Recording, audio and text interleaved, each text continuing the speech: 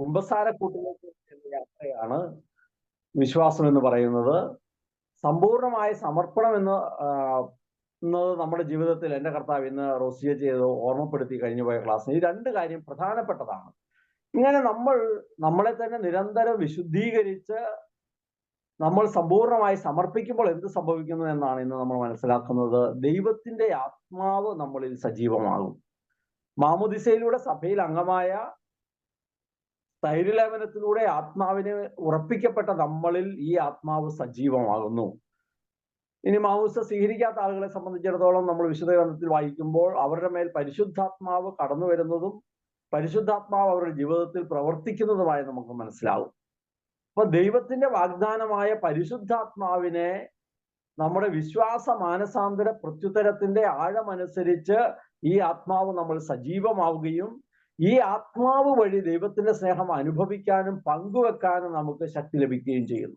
അപ്പൊ പരിശുദ്ധാത്മാവ് ദൈവത്തിന്റെ സ്നേഹം നമ്മളിൽ കൊണ്ടുവരികയും ആ സ്നേഹം അനുഭവിച്ച് പങ്കുവെക്കാൻ നമുക്ക് കൃപ തരികയും ചെയ്യുന്ന ആത്മാവാണ്.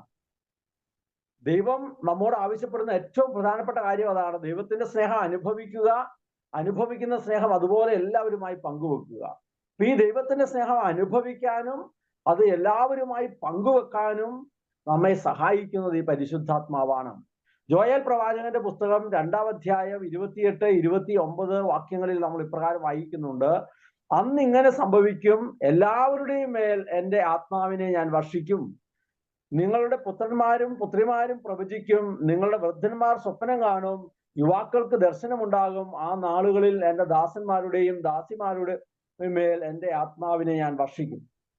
നമ്മൾ പരിശുദ്ധാത്മാവായ ദൈവത്തെക്കുറിച്ച് ധ്യാനിക്കുകയും പഠിക്കുകയും വിചിന്തനം നടത്തുകയും ചെയ്യുമ്പോൾ കുറെ പഴയ നിയമ പുസ്തകത്തിൽ വിശുദ്ധ ഗ്രന്ഥത്തിൽ പഴയ നിയമത്തിൽ പരിശുദ്ധാത്മാവിനെ കുറിച്ചുള്ള സൂചനകളുണ്ട്. പിതാവായ ദൈവത്തെക്കുറിച്ചാണ് പഴയ നിയമഗ്രന്ഥം സംസാരിക്കുന്നത്. പുതിയ നിയമഗ്രന്ഥത്തിൽ എത്തുമ്പോൾ യേശുവിനെ കുറിച്ചാണ് സംസാരിക്കുന്നത്. പഴയ നിയമ പുസ്തകം മുഴുവൻ യേശുവിനെ വെളിപ്പെടുത്തുകയും പരിശുദ്ധാത്മാവിനെ കുറിച്ചുള്ള സൂചനകൾ തരികയും ചെയ്യുന്നു. പുതിയ നിയമ പുസ്തകം യേശുവിനെ വെളിപ്പെടുത്തുകയും പരിശുദ്ധാത്മാവിനെ നമുക്ക് വ്യക്തമാക്കി തരികയും ചെയ്യുകയാണ്. ഇവിടെ പഴയ നിയമ പുസ്തകത്തിൽ ജോയൽ പ്രവാചകന്റെ പുസ്തകത്തിൽ നമ്മൾ വായിക്കുന്നു, അവസാന കാലങ്ങളിൽ സകലരുടെയും മേൽ എൻ്റെ ആത്മാവിനെ ഞാൻ വർഷിക്കും. യേശുക്രിസ്തു വന്ന് എല്ലാവരെയും രക്ഷിച്ചു കഴിഞ്ഞ് പിതാവിന്റെ വലതുഭാഗത്ത് ഉപവിഷ്ടനായി അവിടുത്തെ വാഗ്ദാനം അനുസരിച്ച് പരിശുദ്ധാത്മാവിനെ ആദ്യ പെന്തക്കോസ്താ മുതൽ സകല മനുഷ്യരുടെയും മേൽ അവിടുന്ന് വർഷിച്ചു എന്ന വിശുദ്ധ ഗ്രന്ഥം നാം വായിക്കുമ്പോൾ മനസ്സിലാക്കാൻ പറ്റും. അപ്പസ്തോല പ്രവർത്തനം 2:38 ആദ്യത്തെ പ്രസംഗമാണ് പത്രോസ്. പെന്തക്കോസ്താ ദിനം പത്രോസ് പറഞ്ഞു, നിങ്ങൾ പശ്ചാത്തപിക്കുവിൻ, പാപമോചനത്തിനായി എല്ലാവരും യേശുക്രിസ്തുവിന്റെ നാമത്തിൽ സ്നാനം സ്വീകരിക്കുവിൻ, പരിശുദ്ധാത്മാവിന്റെ ദാനം നിങ്ങൾക്ക് ലഭിക്കും. അപ്പോൾ തന്നെ പരിശുദ്ധാത്മാവിന്റെ വലിയ കൃപ സ്വർഗത്തിൽ നിന്ന് ഇറങ്ങി വന്ന് അവരുടെ മേൽ ഇടപെടുന്നതും ജനത്തിന്റെ മേൽ ഇടപെടുന്നതും ആദ്യ പെന്തക്കോസ്തായിൽ നമ്മൾ വായിക്കുകയാണ്. ഉൽപ്പത്തി പുസ്തകത്തിന്റെ 1-ാം അധ്യായം 2-ാമത്തെ വാക്യം, ഭൂമി രൂപരഹിതവും ശൂന്യവുമായിരുന്നു, ആഴത്തിന് മുകളിൽ അന്ധകാരം വ്യാപിച്ചിരുന്നു, ദൈവത്തിന്റെ ചൈതന്യം വെള്ളത്തിന്റെ മീതെ ചലിച്ചുകൊണ്ടിരുന്നു. പരിശുദ്ധാത്മാവായ ദൈവത്തെക്കുറിച്ചുള്ള വളരെ മനോഹരമായ സൂചനയാണിത്. രൂപമില്ലാതിരുന്ന ഭൂമിയിൽ വെള്ളത്തിന്റെ മുകളിൽ ദൈവത്തിന്റെ ചൈതന്യം ചലിച്ചുകൊണ്ടിരുന്നു. ഈ ഭൂമിയെ രൂപമുള്ളതാക്കിയത്, ക്രമമുള്ളതാക്കിയത്, കൃത്യതയുള്ളതാക്കിയത് ഈ ദൈവത്തിന്റെ ആത്മാവാണ്. ഉൽപ്പത്തി പുസ്തകത്തിലെ സൂചന നാം ഓരോരുത്തരുടെയും വ്യക്തി ജീവിതത്തെ ക്രമമുള്ളതും കൃത്യതയുള്ളതുമാക്കി മാറ്റുന്ന ആത്മാവാണ് പരിശുദ്ധാത്മാവ്. നമുക്കറിയാം, പരിശുദ്ധാത്മാവ് ഒരു വ്യക്തിയുടെ ജീവിതത്തിൽ കടന്നു വന്ന് സജീവമാകാൻ ആ വ്യക്തിയുടെ ജീവിതത്തിൽ ക്രമമുണ്ടാകും. എൻ്റെ ജീവിതത്തിൽ ഞാൻ ഓർക്കുന്നുണ്ട്, ഞാൻ യൂത്ത് ആയിരിക്കുന്ന സമയം സ്കൂൾ പഠനത്തിന്റെ സമയവും കോളേജ് പഠനത്തിന്റെ സമയവും ഒക്കെ വരുന്ന സമയത്ത് രാവിലെ എഴുന്നേക്കുന്നത് എപ്പോഴെങ്കിലും ആണ്. കിടക്കുന്നത് 8-9 മണിയാകുമ്പോൾ കിടക്കണം. TV പരിപാടികളൊന്നും ഇല്ലാത്തത് കൊണ്ട് പ്രത്യേകിച്ച് ജീവിതത്തിന് ഒരു ക്രമമോ അടുക്കോ ചിട്ടയോ ഒന്നുമില്ല. വൈകുന്നേരം വീട്ടുകാരൻ നിർബന്ധിക്കും, ഒരു മൂലയ്ക്ക് ഇരുന്ന് പ്രാർത്ഥിക്കും, ബൈബിൾ വായനയില്ല, സൺഡേ സ്കൂളിൽ പോയി ഉഴപ്പാണ്. അങ്ങനെ ഉണ്ടായിരുന്ന ഞാൻ ധ്യാനത്തിലൂടെ പരിശുദ്ധാത്മാവിന്റെ ഒരു കൃപാവരം എൻ്റെ മേൽ തൊട്ടപ്പോ എല്ലാ ദിവസവും എഴുന്നേറ്റ് പ്രാർത്ഥിക്കുന്ന ഒരു ക്രമം എൻ്റെ ജീവിതത്തിൽ ഉണ്ടായി. സന്ധ്യാപ്രാർത്ഥന കൃത്യമായി വീട്ടിൽ 7 മണിക്ക് ആരംഭിക്കുന്ന ഒരു ക്രമമുണ്ടായി. ഞാൻ കിടക്കുന്ന ഇടവും ചുറ്റുപാടും ഒക്കെ വൃത്തിയായി ഭംഗിയായി വെക്കുന്ന ഒരു ക്രമമുണ്ടായി. അപ്പൊ ക്രമമില്ലാതിരുന്ന എൻ്റെ ജീവിതത്തിൽ ഒരു ക്രമം ആത്മാവ് കൊണ്ടുവന്നു. പ്രത്യേകിച്ച് ജീവിതത്തിൽ ലക്ഷ്യമില്ലാതിരുന്ന എൻ്റെ ജീവിതത്തിൽ ഒരു ലക്ഷ്യം ദൈവത്തിന്റെ ആത്മാവ് സാവധാനം വളർത്തിയെടുത്തു. ആരുടെ ജീവിതത്തിലായാലും പരിശുദ്ധാത്മാവ് കടന്നു വരുമ്പോൾ നമ്മുടെ ജീവിതം ക്രമമുള്ളതും വ്യക്തതയുള്ളതും ലക്ഷ്യമുള്ളതുമായി മാറുകയാണ്. ഉൽപ്പത്തി പുസ്തകത്തിന്റെ സൂചന അത് തന്നെയാണ്. വിശുദ്ധ ഗ്രന്ഥത്തിന്റെ ഏറ്റവും അവസാന പുസ്തകമാണല്ലോ വെളിപാട്. വെളിപാട് പുസ്തകം 22:17 നാം വായിക്കുന്നത് ഇപ്രകാരമാണ്: ആത്മാവും മണവാട്ടിയും പറയുക, വരുക. മണവാട്ടി സഭയാണെന്ന് നമുക്കറിയാം. കേൾക്കുന്നവൻ പറയട്ടെ, വരുക. ദാഹിക്കുന്നവൻ വരട്ടെ, ആഗ്രഹമുള്ളവൻ ജീവജലം സൗജന്യമായി സ്വീകരിക്കട്ടെ. എല്ലാവരും വന്ന് ആഗ്രഹത്തോടെ ഈ ജീവജലത്തിന്റെ സമൃദ്ധി സ്വീകരിക്കണം. കാൽപാദത്തോളമല്ല, മുട്ടോളമല്ല, അരയോളമല്ല, നീന്തി തുടിക്കുമാറ് ദൈവത്തിന്റെ ആത്മാവ് നമ്മളിൽ സജീവമാകട്ടെ എന്നാണ് വെളിപാട് പുസ്തകത്തിൽ അവസാനം നമ്മൾ വായിക്കുന്നത്. നമുക്കങ്ങനെ പാട്ടുമുണ്ടല്ലോ: മുട്ടോളമല്ല അരയോളം പോരാ, വലിയൊരു ജീവ നദിയൊഴുക്കാൻ. അപ്പം വിശുദ്ധ ഗ്രന്ഥം മുഴുവൻ അതിന്റെ ഓരോ ടെസ്റ്റും കടന്നു പോകുമ്പോൾ ഈ ദൈവത്തിന്റെ ആത്മാവ് നമ്മുടെ ജീവിതത്തെ മുന്നോട്ട് കൊണ്ടുപോകുന്നതും നയിക്കുന്നതും രൂപപ്പെടുത്തുന്നതും നമ്മൾ വായിക്കുകയാണ്. പഴയ നിയമ പുസ്തകത്തിൽ മുഴുവൻ നാം കണ്ടുമുട്ടുന്നത് ഒരു പ്രത്യേക ദൗത്യം നിർവഹിക്കാൻ ഒരു വ്യക്തിയെ ദൈവം ഏൽപ്പിക്കുന്നു, വിളിക്കുന്നു, മാറ്റി നിർത്തുന്നു. അങ്ങനെ വിളിച്ച് മാറ്റി നിർത്തുന്ന വ്യക്തിയുടെ മേൽ ദൈവത്തിന്റെ ആത്മാവ് പ്രത്യേകമായ വിധത്തിൽ ഇറങ്ങി വരുന്നു. ആ ദൗത്യം പൂർത്തിയാക്കാനുള്ള കൃപാവരം കൊടുക്കുന്നു. അതിനുശേഷം ആത്മാവ് മടങ്ങി പോകുന്നതിന്റെ സൂചനയാണ് പഴയ നിയമ പുസ്തകത്തിൽ മുഴുവൻ നമ്മൾ കണ്ടുമുട്ടുന്നത്. നമ്മൾ സംസന്റെ ജീവിതത്തിലായാലും ദാനിയേലിന്റെ ജീവിതത്തിലായാലും മറ്റ് ഏത് പഴയ നിയമത്തിലെ പ്രവാചകരുടെയോ ന്യായാധിപന്മാരുടെയോ രാജാക്കന്മാരുടെയോ പൂർവ്വപിതാക്കന്മാരുടെ ഒക്കെ ജീവിതത്തിലാണെങ്കിലും ദൈവം അവരെ ഒരു ദൗത്യം ഏൽപ്പിക്കുന്നു. ആ ദൗത്യം നിർവഹിക്കാനുള്ള കൃപയായി ദൈവത്തിന്റെ ആത്മാവ് അവരുടെ മേൽ ഇറങ്ങി വരുന്നു. ആ ദൗത്യം പൂർത്തിയാക്കി കഴിയുമ്പോൾ ആത്മാവ് തിരിച്ചു പോകുന്നതിന്റെ സൂചനകളാണെങ്കിൽ, പുതിയ നിയമത്തിൽ ദൈവത്തിന്റെ ആത്മാവ് വന്ന് നമ്മളിൽ വസിച്ച് നിലനിൽക്കുകയാണ്. അങ്ങനെ ജീവിത അവസാനം വരെ ഈ ആത്മാവിനാൽ നയിക്കപ്പെടുന്ന ഒന്നിനെ കുറിച്ചാണ് നമ്മൾ അത് മനസ്സിലാക്കുന്നത്. പരിശുദ്ധ അമ്മയിൽ ദൈവത്തിന്റെ ആത്മാവ് പ്രത്യേകമായ ഒരു ലക്ഷ്യത്തിന് കടന്നു വന്നു. പക്ഷെ പിന്നീട് ഈ ആത്മാവ് പോകുന്നേ ഇല്ല. വിശുദ്ധ യോസേപ്പ് പിതാവിൽ ഈ ദൈവത്തിന്റെ ആത്മാവ് പ്രത്യേകമായ ദൗത്യ നിർവഹണത്തിന് കടന്നു വന്നു. പക്ഷേ ദൈവത്തിന്റെ ആത്മാവ് വിട്ടുപോകുന്നില്ല. യേശു ക്രിസ്തുവിൽ ഈ ദൈവത്തിന്റെ ആത്മാവ് സജീവമായി ദൗത്യം നിർവഹിച്ച് മുന്നോട്ട് പോവുകയാണ്. അപ്പൊ അങ്ങനെ വിശുദ്ധ ഗ്രന്ഥം പുതിയ നിയമത്തിൽ എത്തി നിൽക്കുമ്പോൾ പരിശുദ്ധാത്മാവായ ദൈവം ഓരോ വ്യക്തിയുടെയും ജീവിതത്തിൽ വന്നിട്ട് ഒരിക്കലും വിട്ടുപിരിയാതെ അവരുടെ കൂടെ ചേർന്ന് ജീവിക്കുന്ന ആത്മാവായി, സഹായകനായി പരിശുദ്ധാത്മാവിനെ നാം മനസ്സിലാക്കുകയാണ്. യോഹന്നാൻ 14:16 നാം ഇപ്രകാരം വായിക്കുന്നു. യേശുക്രിസ്തു നമ്മയോട് പറയുകയാണ്: ഞാൻ പിതാവിനോട് അപേക്ഷിക്കുകയും എന്നേക്കും നിങ്ങളോട് കൂടെ ആയിരിക്കാൻ മറ്റൊരു സഹായകനെ അവിടുന്ന് നിങ്ങൾക്ക് തരികയും ചെയ്യും. യേശുക്രിസ്തു തന്നെ പിതാവ് അയച്ച സഹായകനാണ്. എന്തിനു വേണ്ടി? പാപത്തിന്റെ പിടിയിൽ നിന്ന് മനുഷ്യവർഗത്തെ രക്ഷിക്കാനുള്ള രക്ഷകൻ, സഹായകനാണ് യേശുക്രിസ്തു.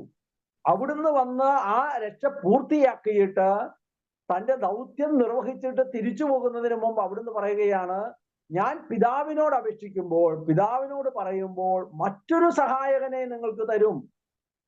അവിടുന്ന് നിങ്ങൾക്ക് മറ്റൊരു സഹായകനെ അയച്ചു തരും. യോഹന്നാൻ 14:26 നാം വായിക്കുന്ന ഇപ്രകാരമാണ്: എന്നാൽ എൻ്റെ നാമത്തിൽ പിതാവ് അയക്കുന്ന സഹായകനായ പരിശുദ്ധാത്മാവ് എല്ലാ കാര്യങ്ങളും നിങ്ങളെ പഠിപ്പിക്കുകയും ഞാൻ നിങ്ങളോട് പറഞ്ഞിട്ടുള്ളതെല്ലാം നിങ്ങളെ അനുസ്മരിപ്പിക്കുകയും ചെയ്യും.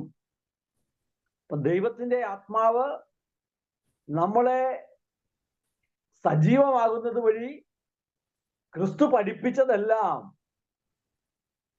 എന്ത് ചെയ്യുന്നു? ഓർത്തെടുക്കാൻ നമുക്ക് കൃപ തരുന്നു.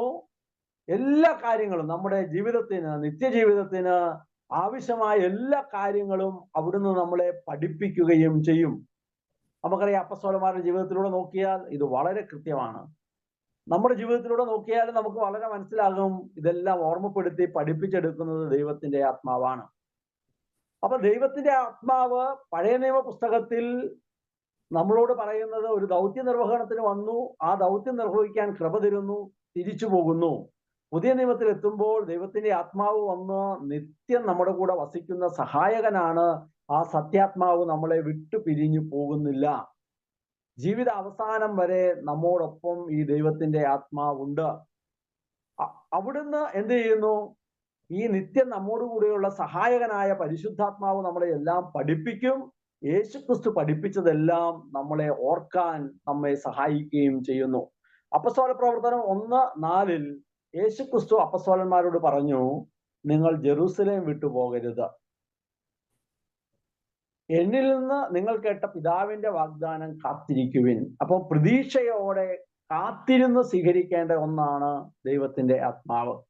അപ്പസ്തോലന്മാർ കാത്തിരിക്കണം. ഈ ആത്മാവ് നിങ്ങളുടെ ജീവിതത്തിൽ വരുമ്പോൾ എല്ലാ കാര്യങ്ങളും നിങ്ങളെ പഠിപ്പിക്കും. അവിടുന്ന് ഞാൻ പഠിപ്പിച്ചതെല്ലാം നിങ്ങളെ ഓർമ്മിപ്പിക്കുകയും ചെയ്യും.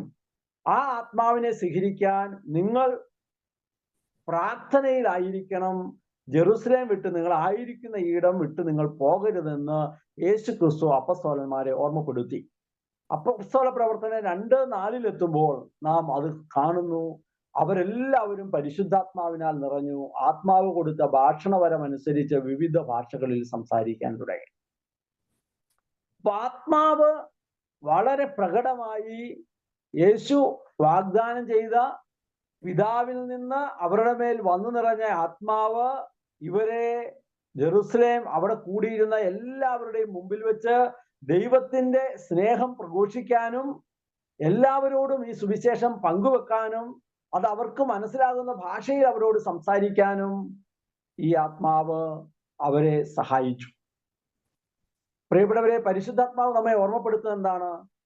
ഈ ആത്മാവിൽ നമ്മൾ നിറയുമ്പോഴാണ് നമ്മുടെ കൂടെ ജീവിക്കുന്ന മനുഷ്യർക്ക് മനസ്സിലാകുന്ന ഭാഷയിൽ, അത് മലയാളമോ ഇംഗ്ലീഷോ ഹിന്ദിയോ എന്നുള്ളതൊന്നുമല്ല, അവർക്ക് മനസ്സിലാകുന്ന ഭാഷയിൽ എനിക്ക് അവരോട് സംസാരിക്കാൻ കഴിയുന്നത്, ഞാൻ സംസാരിക്കുന്നത് അവർക്ക് ഞാൻ പറഞ്ഞതിൻ്റെ ആ അർത്ഥത്തിൽ ആഴത്തിൽ മനസ്സിലാക്കാൻ അവരെ സഹായിക്കുന്നതും പരിശുദ്ധാത്മാവാണ്.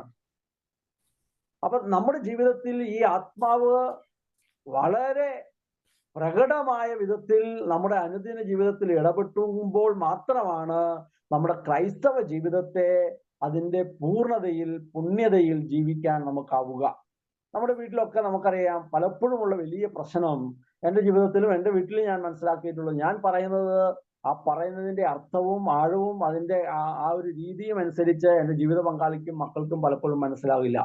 അവർ പറയുന്നതും ആ ഉദ്ദേശം അതിൻ്റെ പൂർണ്ണതയിൽ എനിക്ക് മനസ്സിലാകുന്നില്ല. അതുകൊണ്ടാണ് പരസ്പരം തർക്കിക്കേണ്ടി വരുന്നത്, അഭിപ്രായ വ്യത്യാസങ്ങളും ഭിന്നതകളും ഉണ്ടാകുന്നത്, അസ്വസ്ഥതകൾ ഉണ്ടാകുന്നത്. പക്ഷെ ദൈവത്തിന്റെ ആത്മാവാകുമ്പോൾ ഞാൻ പറയുന്നത് അതിന്റെ പൂർണ്ണതയിൽ അവർക്ക് മനസ്സിലാകും, അവർ പറയുന്നത് എനിക്ക് മനസ്സിലാകും.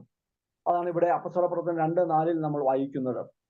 2 കൊരിന്തോസ് 1:22 നാം ഇപ്രകാരം വായിക്കുന്നുണ്ട്, അവിടുന്ന് നമ്മിൽ തന്റെ മുദ്ര പതിപ്പിക്കുകയും അച്ചാരമായിട്ട് തൻ്റെ ആത്മാവിനെ നമ്മുടെ ഹൃദയങ്ങളിലേക്ക് പകരുകയും ചെയ്തിരിക്കുന്നു. അപ്പൊ നമ്മുടെ മാമോദിസയിലൂടെ ദൈവത്തിന്റെ ആത്മാവ് നമ്മളിൽ പ്രത്യേകമാം വിധത്തിൽ കടന്നു വരുന്നു. സ്ഥൈര്യലേപനത്തിലൂടെ അത് ഉറപ്പിക്കപ്പെടുന്നു. ഒരിക്കലും നമ്മളിൽ നിന്ന് വിട്ടുമാറാൻ കഴിയാത്ത വിധം അത് മുദ്രിതമാണ്. നമുക്ക് അച്ചാരമായി തന്നിരിക്കുകയാണ്. എന്ത്? നാം ദൈവത്തിന്റെ മകനായതുകൊണ്ട് നമുക്ക് തന്നിരിക്കുന്ന വിലയാണ്. ഇനി അത് എന്ത് ചെയ്തു? നമ്മൾ ഈ സ്ഥലമൊക്കെ മുദ്രപ്പേപ്പറിൽ എഴുതി ഒപ്പുവെച്ച് കൊടുത്തു കഴിഞ്ഞാൽ അത് ഇത് എന്റേതാണെന്നുള്ളതിന്റെ തെളിവാണ്, അച്ചാരമാണ്. എന്ന് പറഞ്ഞ പോലെ ദൈവത്തിന്റെ ആത്മാവിനെ നമ്മുടെ ഹൃദയങ്ങളിലേക്ക് അയച്ചിരിക്കുന്ന ഞാൻ ദൈവത്തിന്റെ സ്വന്തമാണ് എന്നുള്ളതിന്റെ തെളിവാണ്. ഇനി മറ്റാർക്കും എന്നെ അവകാശപ്പെടാൻ പറ്റില്ല. ഞാൻ ദൈവത്തിന്റെ മകനാണ്, മകളാണ്, സ്വന്തമാണ്. ഇനി ആർക്കും എന്നെ എടുത്തുകൊണ്ട് മാറ്റിക്കൊണ്ട് പോകാനാവില്ല എന്നുള്ളതാണ് ഈ ആത്മാവിനെ നമുക്ക് അച്ചാരമായി നൽകുന്നു എന്ന് പറയുന്നത്. റോമ 8:14-15 ദൈവാത്മാവിനാൽ നയിക്കപ്പെടുന്നവരെല്ലാം ദൈവത്തിന്റെ പുത്രന്മാരാണ്. നിങ്ങളെ വീണ്ടും ഭയത്തിലേക്ക് നയിക്കുന്ന അടിമത്തത്തിന്റെ ആത്മാവിനെ അല്ല, മറിച്ച് പുത്രസ്വീകാര്യത്തിന്റെ ആത്മാവിനെയാണ് നിങ്ങൾ കൈക്കൊണ്ടിരിക്കുന്നത്. ഈ ആത്മാവ് മൂലമാണ് നാം ആബാ പിതാവേ എന്ന് വിളിക്കുന്നത്. അപ്പം ദൈവത്തെ അതിന്റെ ആഴമായ അർത്ഥത്തിൽ ആബാ എന്ന് വിളിക്കാൻ കഴിയണമെങ്കിൽ ഈ ദൈവത്തിന്റെ ആത്മാവ് നമ്മളിൽ സജീവമാകണം. ഈ ലോകത്തിൽ ആർക്ക് വേണമെങ്കിലും എന്നെ അപ്പ എന്ന് വിളിക്കാം, കുഴപ്പമുള്ള കാര്യമല്ല. പക്ഷേ എൻ്റെ മക്കൾ എന്നെ അപ്പ എന്ന് വിളിക്കുന്നത് പോലെ ആയിരിക്കില്ല ലോകത്തിൽ വേറെ ആര് വിളിച്ചാലും. ഈ ലോകത്തിലുള്ള എല്ലാവരെയും എനിക്ക് മോനെ എന്ന് വിളിക്കാം, പക്ഷേ ഞാൻ എൻ്റെ കുഞ്ഞുങ്ങളെ വിളിക്കുന്ന ആ സീക്വൻസ് ആയിരിക്കില്ല വേറെ ആരെ വിളിക്കുമ്പോഴും. അപ്പം ദൈവത്തെ അപ്പ എന്ന് ആ മകന്റെ സ്ഥാനത്ത് നിന്ന് വിളിക്കാൻ, ആ മാധുര്യത്തോടെ വിളിക്കാൻ ദൈവത്തിന്റെ ആത്മാവാണ് എന്നെ സഹായിക്കുന്നത്. ദൈവം എന്നെ മോനെ എന്ന് വിളിക്കുന്നത് അതിന്റെ ആഴമായ ആ സീക്വൻസിൽ എനിക്ക് അനുഭവപ്പെടുന്നതും ഈ പരിശുദ്ധാത്മാവ് വഴിയാണ്. അപ്പൊ നമ്മളെ ഭയത്തിലേക്ക് നയിക്കുന്ന ആത്മാവല്ല, സ്വാതന്ത്ര്യത്തിലേക്ക് നയിക്കുന്ന ആത്മാവാണ്. ദൈവത്തെ പിതാവേ എന്ന് വിളിക്കാൻ നമ്മെ സഹായിക്കുന്ന ആത്മാവാണ്. ഈ ആത്മാവ് നമുക്ക് ധൈര്യവും ബലവും കൃപയും തരുകയാണ്. 2 തിമോത്തിയോസ് 1:7 നാം വായിക്കുന്നു, എന്തെന്നാൽ ഭീരുത്വത്തിന്റെ ആത്മാവിനെ അല്ല ദൈവം നമുക്ക് നൽകിയത്, ശക്തിയുടെയും സ്നേഹത്തിന്റെയും ആത്മനിയന്ത്രണത്തിന്റെയും ആത്മാവിനെയാണ്. ശക്തിയുടെ ആത്മാവാണ്, സ്നേഹത്തിന്റെ ആത്മാവാണ്, ആത്മനിയന്ത്രണത്തിന്റെ ആത്മാവാണ്. അപ്പൊ സ്നേഹത്തിൽ നമ്മെ ശക്തിപ്പെടുത്തുന്ന, നമ്മളെ നിയന്ത്രിക്കുന്നതിൽ നമുക്ക് കൃപ തരുന്ന ആത്മാവാണ്. നമ്മുടെ സാധാരണ ഒരു മനുഷ്യൻ എന്ന നിലയിൽ നമ്മുടെ ജീവിതത്തിന്റെ ഏറ്റവും വലിയ ബുദ്ധിമുട്ടുകൾ എന്താണ്? ഒന്ന് സ്നേഹിക്കുന്നതിലുള്ള ബുദ്ധിമുട്ട് നമുക്കുണ്ട്. നമ്മൾ എന്തൊക്കെ പറയുമ്പോഴും നമ്മുടെ കൂടെ ജീവിക്കുന്ന മനുഷ്യരെ അവരായിരിക്കുന്ന വിധം സ്നേഹിക്കുന്നതിൽ നമ്മൾ പ്രയാസപ്പെടുന്നവരാണ്. നമ്മളായിരിക്കുന്ന വിധം അവരെ സ്നേഹിക്കാൻ ബുദ്ധിമുട്ടില്ല, പക്ഷെ അവരായിരിക്കുന്ന വിധം അവരെ നമുക്ക് സ്നേഹിക്കാൻ പലപ്പോഴും ബുദ്ധിമുട്ടാണ്. പലപ്പോഴും നമ്മുടെ നിയന്ത്രണം കൈവിട്ടു പോവുകയാണ്. നമ്മുടെ കൂടെ ജീവിക്കുന്ന പ്രിയപ്പെട്ടവരോടുള്ള ഇടപെടലിൽ നമ്മുടെ നിയന്ത്രണം നഷ്ടപ്പെട്ടു പോവുകയാണ്. ചിലപ്പം ഭാഷകളിലായിരിക്കാം, ചിലപ്പം നോട്ടങ്ങളിലായിരിക്കാം, ചിലപ്പോൾ ഇടപെടലുകളിലായിരിക്കാം. നമ്മുടെ നിയന്ത്രണം നമ്മുടെ കയ്യിൽ നിന്ന് വിട്ടുപോവുകയാണ്. പക്ഷെ ദൈവത്തിന്റെ ആത്മാവ് വരുമ്പോൾ ഈ സ്നേഹിക്കാൻ ബുദ്ധിമുട്ടുള്ളിടത്ത് സ്നേഹിക്കാൻ നമ്മെ സഹായിക്കുന്നു. നമുക്ക് ആത്മനിയന്ത്രണം ലഭിക്കുന്നു. ഞാൻ കഴിഞ്ഞിടയ്ക്ക് രക്തസാക്ഷികളെ കുറിച്ചുള്ള പുസ്തകം വായിച്ചപ്പോ എന്നെ അത്ഭുതപ്പെടുത്തിയ ചില കാര്യങ്ങളിലൊന്നതാണ്, അവർ ഈ മരണത്തിന്റെ വക്കിൽ നിൽക്കുമ്പോ തങ്ങളെ കൊല്ലാൻ പോകുന്ന മനുഷ്യരോട് കാണിക്കുന്ന സ്നേഹം, ആദരവ്, അവരെ ചേർത്ത് പിടിക്കുന്ന രീതി, അത് ഈ രക്തസാക്ഷികളെ കുറിച്ച് ഞാൻ വായിച്ചപ്പോൾ എന്നെ അത്ഭുതപ്പെടുത്തിപ്പോയ കാര്യമാണ്. 2, അവരുടെ ആത്മനിയന്ത്രണം. അവരെത്ര ശാന്തമായിട്ടും സൗമ്യമായിട്ടും സ്വസ്ഥമായിട്ടും ഒക്കെയാണ് നിൽക്കുന്നത്. ഞാനത് വായിച്ച ആ കുഞ്ഞിന്റെ അമ്മയുടെ പേര് മറന്നുപോയി. രക്തസാക്ഷിയാകാൻ ഒരു കൊച്ചിനെ വല്യമ്മയൊക്കെ വന്ന് രാജാവിന്റെ ആൾക്കാർ വന്ന് പിടിച്ചു. പേടി വന്നിട്ട് ഈ വല്യമ്മ ദൈവത്തെ തള്ളിപ്പറഞ്ഞിട്ട് മാറി നിന്നു. അപ്പൊ അപ്പുറത്ത് കൊച്ചുമോൻ നിൽക്കുകയാണ്. കൊച്ചുമോനെ വല്യമ്മ വിളിച്ചു, ഇങ്ങോട്ട് വാടാ, അവിടെ നിൽക്കണ്ട. ഈ കുഞ്ഞ് പറഞ്ഞു, എന്തൊക്കെ സംഭവിച്ചാലും ദൈവത്തെ, യേശുക്രിസ്തുവിനെ ഉപേക്ഷിച്ചിട്ടുള്ള ജീവിതം എനിക്ക് വേണ്ട. എത്ര ധീരമായിട്ടാണ്, എത്ര സ്നേഹപൂർവമായിട്ടാണ് ആ തൻ്റെ വല്യമ്മയോട്, ഈ ചെറിയ കുഞ്ഞ്, വലിയ പ്രായമൊന്നുമില്ല, കൂടിപ്പോയ 10 വയസ്സ് അത്രയൊക്കെയുള്ള ഒരു കുഞ്ഞ് പറയുന്ന വാക്കുകൾ നമ്മൾ കേൾക്കുമ്പോൾ അത്ഭുതം. ഇത് ദൈവത്തിന്റെ ആത്മാവാണ് നമ്മെ സഹായിക്കുന്നത്.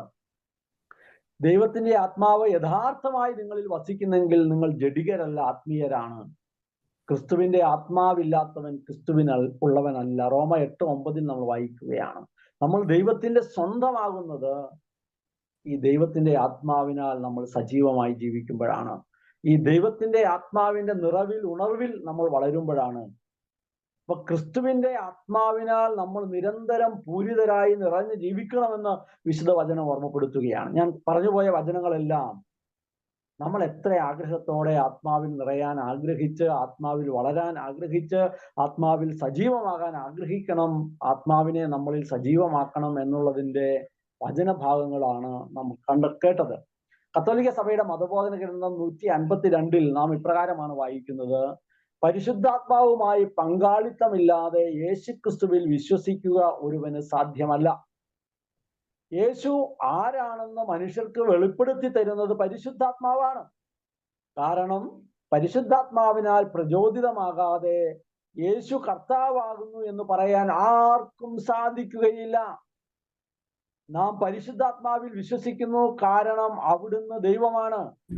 പിതാവും പുത്രനും പരിശുദ്ധാത്മാവുമായ ഏക ദൈവത്തിലുള്ള തന്റെ വിശ്വാസം പ്രഖ്യാപിക്കുന്നതിൽ നിന്ന് സഭ ഒരിക്കലും വിരമിക്കുന്നില്ല. ഈ ദൈവത്തിന്റെ ആത്മാവാണ് യേശുക്രിസ്തുവിനെ രക്ഷകനും കർത്താവും മിശിഹായുമായി സ്വീകരിച്ച് വിശ്വസിച്ച് ഏറ്റുപറയാൻ സഹായിക്കുന്ന ആത്മാവ്. ആ ആത്മാവിലൂടെയാണ് നാം പിതാവും പുത്രനും പരിശുദ്ധാത്മാവുമായ ത്രിയേക ദൈവത്തിലേക്കുള്ള കൂട്ടായ്മയിലേക്ക് പ്രവേശിക്കുന്നത്. ഈ പരിശുദ്ധാത്മാവ് നമ്മളിൽ സജീവമാകാൻ, അതായത് മാമോദിസയിലൂടെ നമ്മുടെ ഉള്ളിൽ വന്ന സ്ഥൈര്യലേപനത്തിലൂടെ നമ്മളിൽ ഉറപ്പിക്കപ്പെട്ട ഓരോ കൂദാശകളിലൂടെയും നമ്മുടെ ജീവിതത്തിൽ വന്നു ചേരുന്ന ഈ ആത്മാവ് നമ്മളിൽ സജീവമാകാൻ എന്തു ചെയ്യണം എന്നതിലേക്കാണ് നമ്മൾ പോകുന്നത്. നമ്മുടെ എല്ലാം ഓൾറെഡി പരിശുദ്ധാത്മാവ് നമ്മളിലുണ്ട്. എല്ലാ മനുഷ്യരും, കത്തോലിക്ക സഭയുടെ മതബോധനം എന്ന് പറയുന്നത് സകല മനുഷ്യരും സൃഷ്ടിക്കപ്പെടുന്നത് ഈ പരിശുദ്ധാത്മാവിനാലാണ്. അതുകൊണ്ട് എല്ലാ മനുഷ്യരിലും പരിശുദ്ധാത്മാവിന്റെ സാന്നിധ്യമുണ്ട്. ആ സാന്നിധ്യം പ്രത്യേകമായ വിധത്തിൽ മാമോദിസയിലൂടെ ക്രൈസ്തവ സഭയിൽ അംഗമാകുന്ന ഓരോരുത്തരിലും സജീവമാകുന്നു. ദൈവമകനാകാനും ഒക്കെ സഭയിൽ അംഗമാകാനും ഒക്കെയുള്ള പ്രത്യേക കൃപാവരം ആത്മാവ് അവിടെ തരുന്നു. ഈ ആത്മാവ് തന്നെ സ്ഥൈര്യലേപനത്തിലൂടെ ഒരിക്കലും നമ്മിൽ നിന്ന് വിട്ടുപിരിയാൻ കഴിയാത്ത വിധം നമ്മളിൽ മുദ്ര ചെയ്യപ്പെടുന്നു. നാം ദൈവത്തിന്റെ അച്ചാരമാണ്, സീലാണ് എന്ന് ഉറപ്പിക്കുകയാണ്. അപ്പൊ എന്തൊക്കെ ചെയ്താലും പരിശുദ്ധാത്മാവ് നമ്മളിൽ നിന്ന് വിട്ടുപോവില്ല. ഈ ആത്മാവിന്റെ സജീവിത കുറയും, ഈ ആത്മാവിന്റെ പ്രവർത്തനക്ഷമത ഇല്ലാതാക്കാം. ഈ ആത്മാവ് മരിച്ചതുപോലെ, ജീവനില്ലാത്തതുപോലെ നമ്മുടെ കൂടെ ഉണ്ടാകും. ഈ ആത്മാവാണ് നമ്മളെ, പരിശുദ്ധാത്മാവാണ് നമ്മുടെ ജീവിതത്തിൽ വേണ്ടതെന്നാണ് നമ്മൾ കേട്ടത്. ഈ ആത്മാവ് സജീവമാകാൻ നമ്മൾ എന്ത് ചെയ്യണം? ഒന്ന്, നമ്മുടെ ജീവിതത്തിന്റെ പാപങ്ങളിൽ നിന്ന് മാറി വിശുദ്ധമായ ഒരു ജീവിതത്തിലേക്ക് നാം പ്രവേശിച്ച് വളരണം.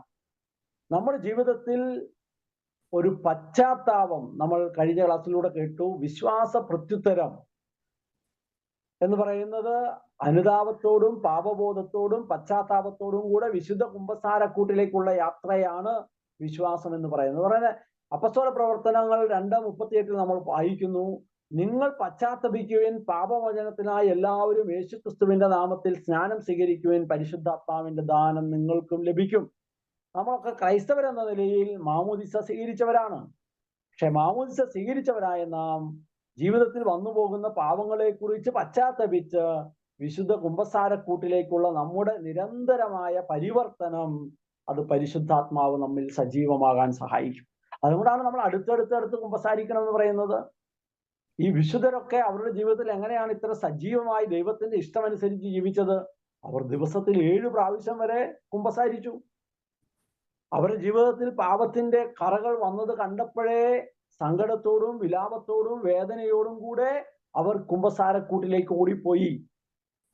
അപ്പൊ നമ്മളും നമ്മുടെ ജീവിതത്തിന്റെ പാപത്തിന്റെ വഴികളെ കണ്ടെത്തി എത്ര തീവ്രമായി തീഷ്ണമായി പശ്ചാത്താപത്തോടെ കുമ്പസാരക്കൂട്ടിലേക്ക് നമ്മൾ തിരിയണമെന്ന് ഇവിടെ ഓർമ്മപ്പെടുത്തുകയാണ്.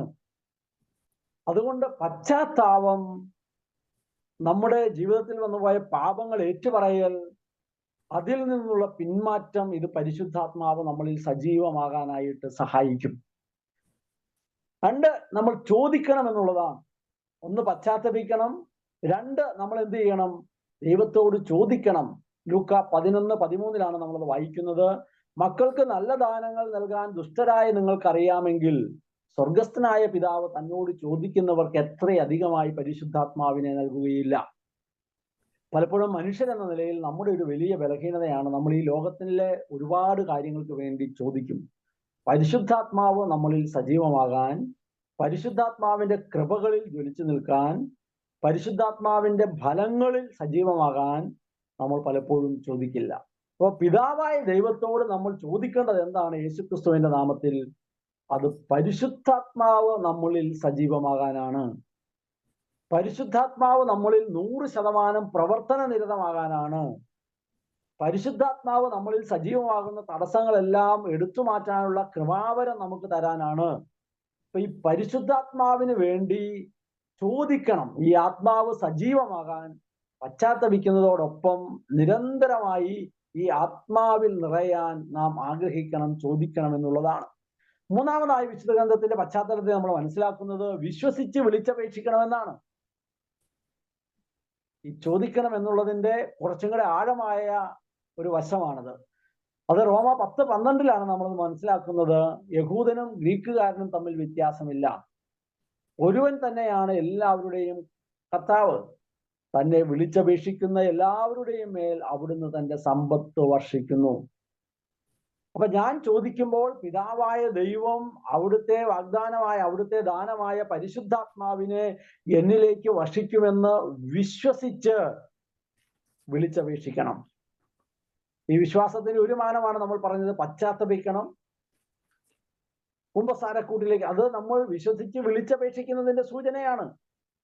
പാപത്തിൽ വീഴുമ്പോഴേ ഓടിപ്പോയി കുമ്പസാരക്കൂട്ടിൽ ചെന്ന് പാപങ്ങൾ ഏറ്റുപറഞ്ഞിട്ട് ആ പറയുന്ന പറച്ചിൽ തന്നെ, ദൈവമേ നിന്റെ ആത്മാവിനെ എന്നിൽ നിർവീര്യമാക്കരുതേ, കൂടുതൽ സജീവമാക്കണമേ, എൻ്റെ പാവക്കറകൾ കഴുകി ഈ ആത്മാവിനെ എന്നിൽ ജ്വലിപ്പിക്കണമേ എന്നുള്ള വിശ്വാസത്തിന്റെ പ്രാർത്ഥനയാണ്. അപ്പം വിശ്വസിച്ച് ചോദിക്കണം. പശ്ചാത്താപത്തോടെ നാം പിതാവായ ദൈവത്തിന്റെ അടുത്ത് ചെന്ന് പരിശുദ്ധാത്മാവിനെ വിശ്വസിച്ച് ചോദിക്കണം. മറ്റൊന്ന് വിശുദ്ധ ഗ്രന്ഥത്തിൽ നമ്മൾ കാണുന്ന ഈ ആത്മാവ് നമ്മളിൽ സജീവമാകാൻ 1 തിമോത്തിയോസ് 4:14 പ്രവചന പ്രകാരവും സഭാശ്രേഷ്ഠന്മാരുടെ കൈവപ്പ് വഴിയും നിനക്ക് നൽകപ്പെട്ട കൃപാവരം അവഗണിക്കരുത്. കൈവെപ്പിലൂടെ പരിശുദ്ധാത്മാവ് സജീവമാകാം. 2 തിമോത്തിയോസ് 1:6 നമ്മൾ വായിക്കുന്നു, എൻ്റെ കൈവെപ്പിലൂടെ നിങ്ങൾക്ക് ലഭിച്ചിരിക്കുന്ന ദൈവിക വരം വീണ്ടും ഉജ്ജ്വലിപ്പിക്കണമെന്ന് ഞാൻ നിങ്ങളെ അനുസ്മരിപ്പിക്കുന്നു. എൻ്റെ ജീവിതത്തിൽ പലപ്പോഴും ഞാൻ കണ്ടിട്ടുള്ളൂ. ഞാൻ വിവാഹം കഴിഞ്ഞ് ആദ്യ ദിവസം മുതൽ എൻ്റെ ഭാര്യ ഇങ്ങനെ ഉറക്കത്തിൽ ഇങ്ങനെ ഇടയ്ക്ക് ഇങ്ങനെ ഭയങ്കരമായിട്ട് ഞെട്ടുമായിരുന്നു.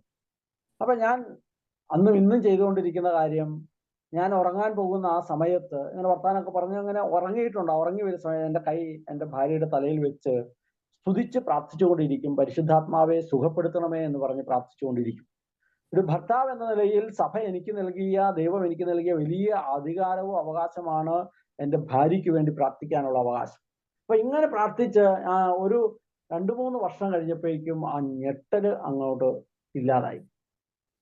അപ്പൊ എൻ്റെ വീട്ടിൽ കുട്ടികൾക്കോ ഒക്കെ ആർക്കെങ്കിലും ഇങ്ങനത്തെ അസ്വസ്ഥത ഫീൽ ചെയ്ത് കഴിഞ്ഞാൽ നമ്മളിങ്ങനെ തലയിൽ കൈവച്ച് പ്രാർത്ഥിക്കും.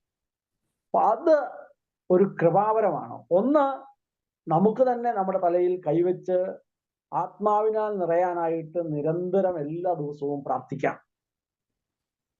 2, നമ്മുടെ പ്രിയപ്പെട്ടവർ, ജീവിത പങ്കാളി, അവരിലൂടെ കൈവെപ്പിലൂടെ നമ്മുടെ ആത്മാവിനെ സജീവമാക്കാം. സഭ ഓർമ്മപ്പെടുത്തുന്ന കാര്യം, സഭ കൊടുത്ത കൃപാവരം ഉപയോഗിച്ച്, പൗരോഹിത്യ അധികാരം ഉപയോഗിച്ച് സഭയുടെ ശ്രേഷ്ഠന്മാർ നമുക്ക് വേണ്ടി പ്രാർത്ഥിക്കുന്നതിലൂടെ ഈ ആത്മാവ് നമ്മളിൽ ജ്വലിക്കും. അതുകൊണ്ട് നമ്മൾ ഏത് വൈദികരെ കണ്ടാലും പ്രാർത്ഥിക്കണം, ആത്മാവിനാൽ നിറയാൻ എന്ന് അവരോട് പറയുമ്പോൾ, ഒന്ന് കുരിശ് വരച്ച് പ്രാർത്ഥിച്ചേ എന്ന് പറയുമ്പോൾ അവർ പ്രാർത്ഥിക്കുന്നത് വഴി ഈ ആത്മാവ് സജീവമാകും. പ്രത്യേകിച്ച് നമ്മൾ പിതാക്കന്മാരെ കാണുമ്പോൾ അവരോട് ഒന്ന് തലയിൽ കൈവച്ച് കുരിശ് വരച്ച് പിതാവെ പ്രാർത്ഥിക്കണമെന്ന് പറയുമ്പോൾ ഈ ആത്മാവ് സജീവമാകും. അപ്പൊ അത് പ്രധാനപ്പെട്ട ഒരു ഭാഗമാണ്. അപ്പൊ കൈവെപ്പ് വഴി ഈ ആത്മാവ് നമ്മളിൽ സജീവമാകും. വിശ്വസിച്ച് വിളിച്ചപേക്ഷിക്കുമ്പോൾ, പിതാവായ ദൈവത്തോട് നാം ചോദിക്കുമ്പോൾ, പശ്ചാത്താപത്തോടെ ഈ ആത്മാവിന് വേണ്ടി ആഗ്രഹിച്ച് പ്രാർത്ഥിക്കുമ്പോൾ, ഒരുങ്ങി അനുദിനം കുമ്പസാരിച്ച് നമ്മളെ തന്നെ ശുദ്ധി ചെയ്യുമ്പോൾ ഈ ആത്മാവ് നമ്മളിൽ സജീവമാകും. അപ്പോസ്തല പ്രവർത്തനം 19:6 പൗലോസ് അവരുടെ മേൽ കൈകൾ വെച്ചപ്പോൾ പരിശുദ്ധാത്മാവ് അവരുടെ മേൽ വന്നു, അവർ അന്യഭാഷ സംസാരിക്കുകയും പ്രവചിക്കുകയും ചെയ്തു.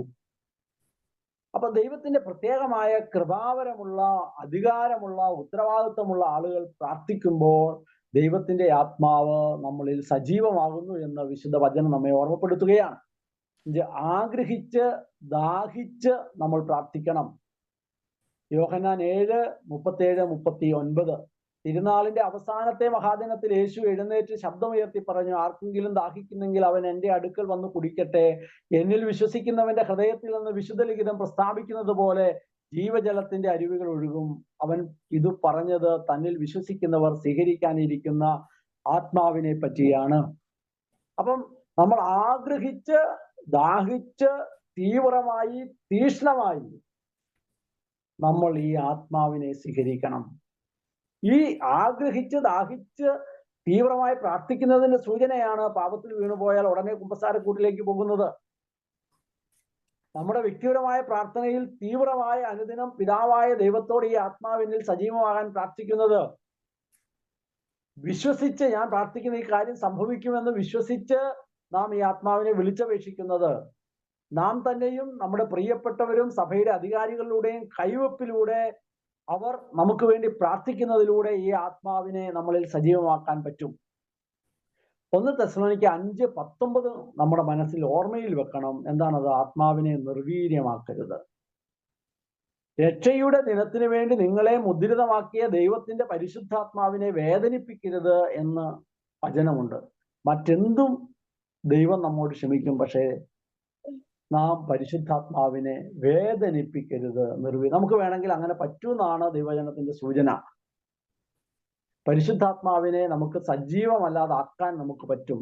നമ്മൾ അനുതപിക്കുന്നില്ല, കുമ്പസാരിക്കുന്നില്ല, വിശ്വസിക്കുന്നില്ല, ആത്മാവിനെ നമ്മളിൽ സജീവമാകാൻ വിളിച്ചപേക്ഷിക്കുന്നില്ല. ഇതൊക്കെ ചെയ്യാതിരിക്കുമ്പോൾ നമ്മൾ നമ്മുടെ ആത്മാവിനെ നമ്മൾ നിർവീര്യമാക്കുകയാണ്. റോമ 5:5 പരിശുദ്ധാത്മാവ് നമ്മെ നിരാശരാക്കുന്നില്ല, കാരണം നമുക്ക് നൽകപ്പെട്ട പരിശുദ്ധാത്മാവിലൂടെ ദൈവത്തിന്റെ സ്നേഹം നമ്മുടെ ഹൃദയങ്ങളിലേക്ക് ചൊരിയപ്പെട്ടിരിക്കുന്നു. ഈ പരിശുദ്ധാത്മാവ് നമ്മളിൽ വളരുമ്പോൾ നമുക്ക് മനസ്സിലാകുന്ന പ്രധാനപ്പെട്ട ഒരു കാര്യം, നമുക്ക് നിരാശയുണ്ടാവില്ല. ഞാൻ ഈ കഴിഞ്ഞ ദിവസം നിങ്ങൾക്ക് പരിചയമുള്ള പോലെ അപകടമുണ്ടായി. ചെറിയ അപകടമൊന്നുമല്ല, വളരെ ഗൗരവമായ അപകടമാണ്. ഞാൻ വീട്ടിൽ നിന്ന് പോകുന്നതിന് മുമ്പ് പ്രാർത്ഥിച്ച് പല സമയത്ത് എൻ്റെ മനസ്സിൽ ഇങ്ങനെ അപകടം ഉണ്ടാകാൻ ഉണ്ടാകും എന്നൊക്കെ വന്നപ്പോൾ ഞാൻ എൻ്റെ മാനുഷികമായ ചിന്തയാണ് ഇങ്ങനെ പ്രാർത്ഥിച്ചു. പ്രത്യേകമായിട്ട് ഞാൻ പ്രാർത്ഥിച്ചിട്ട് ഇറങ്ങി.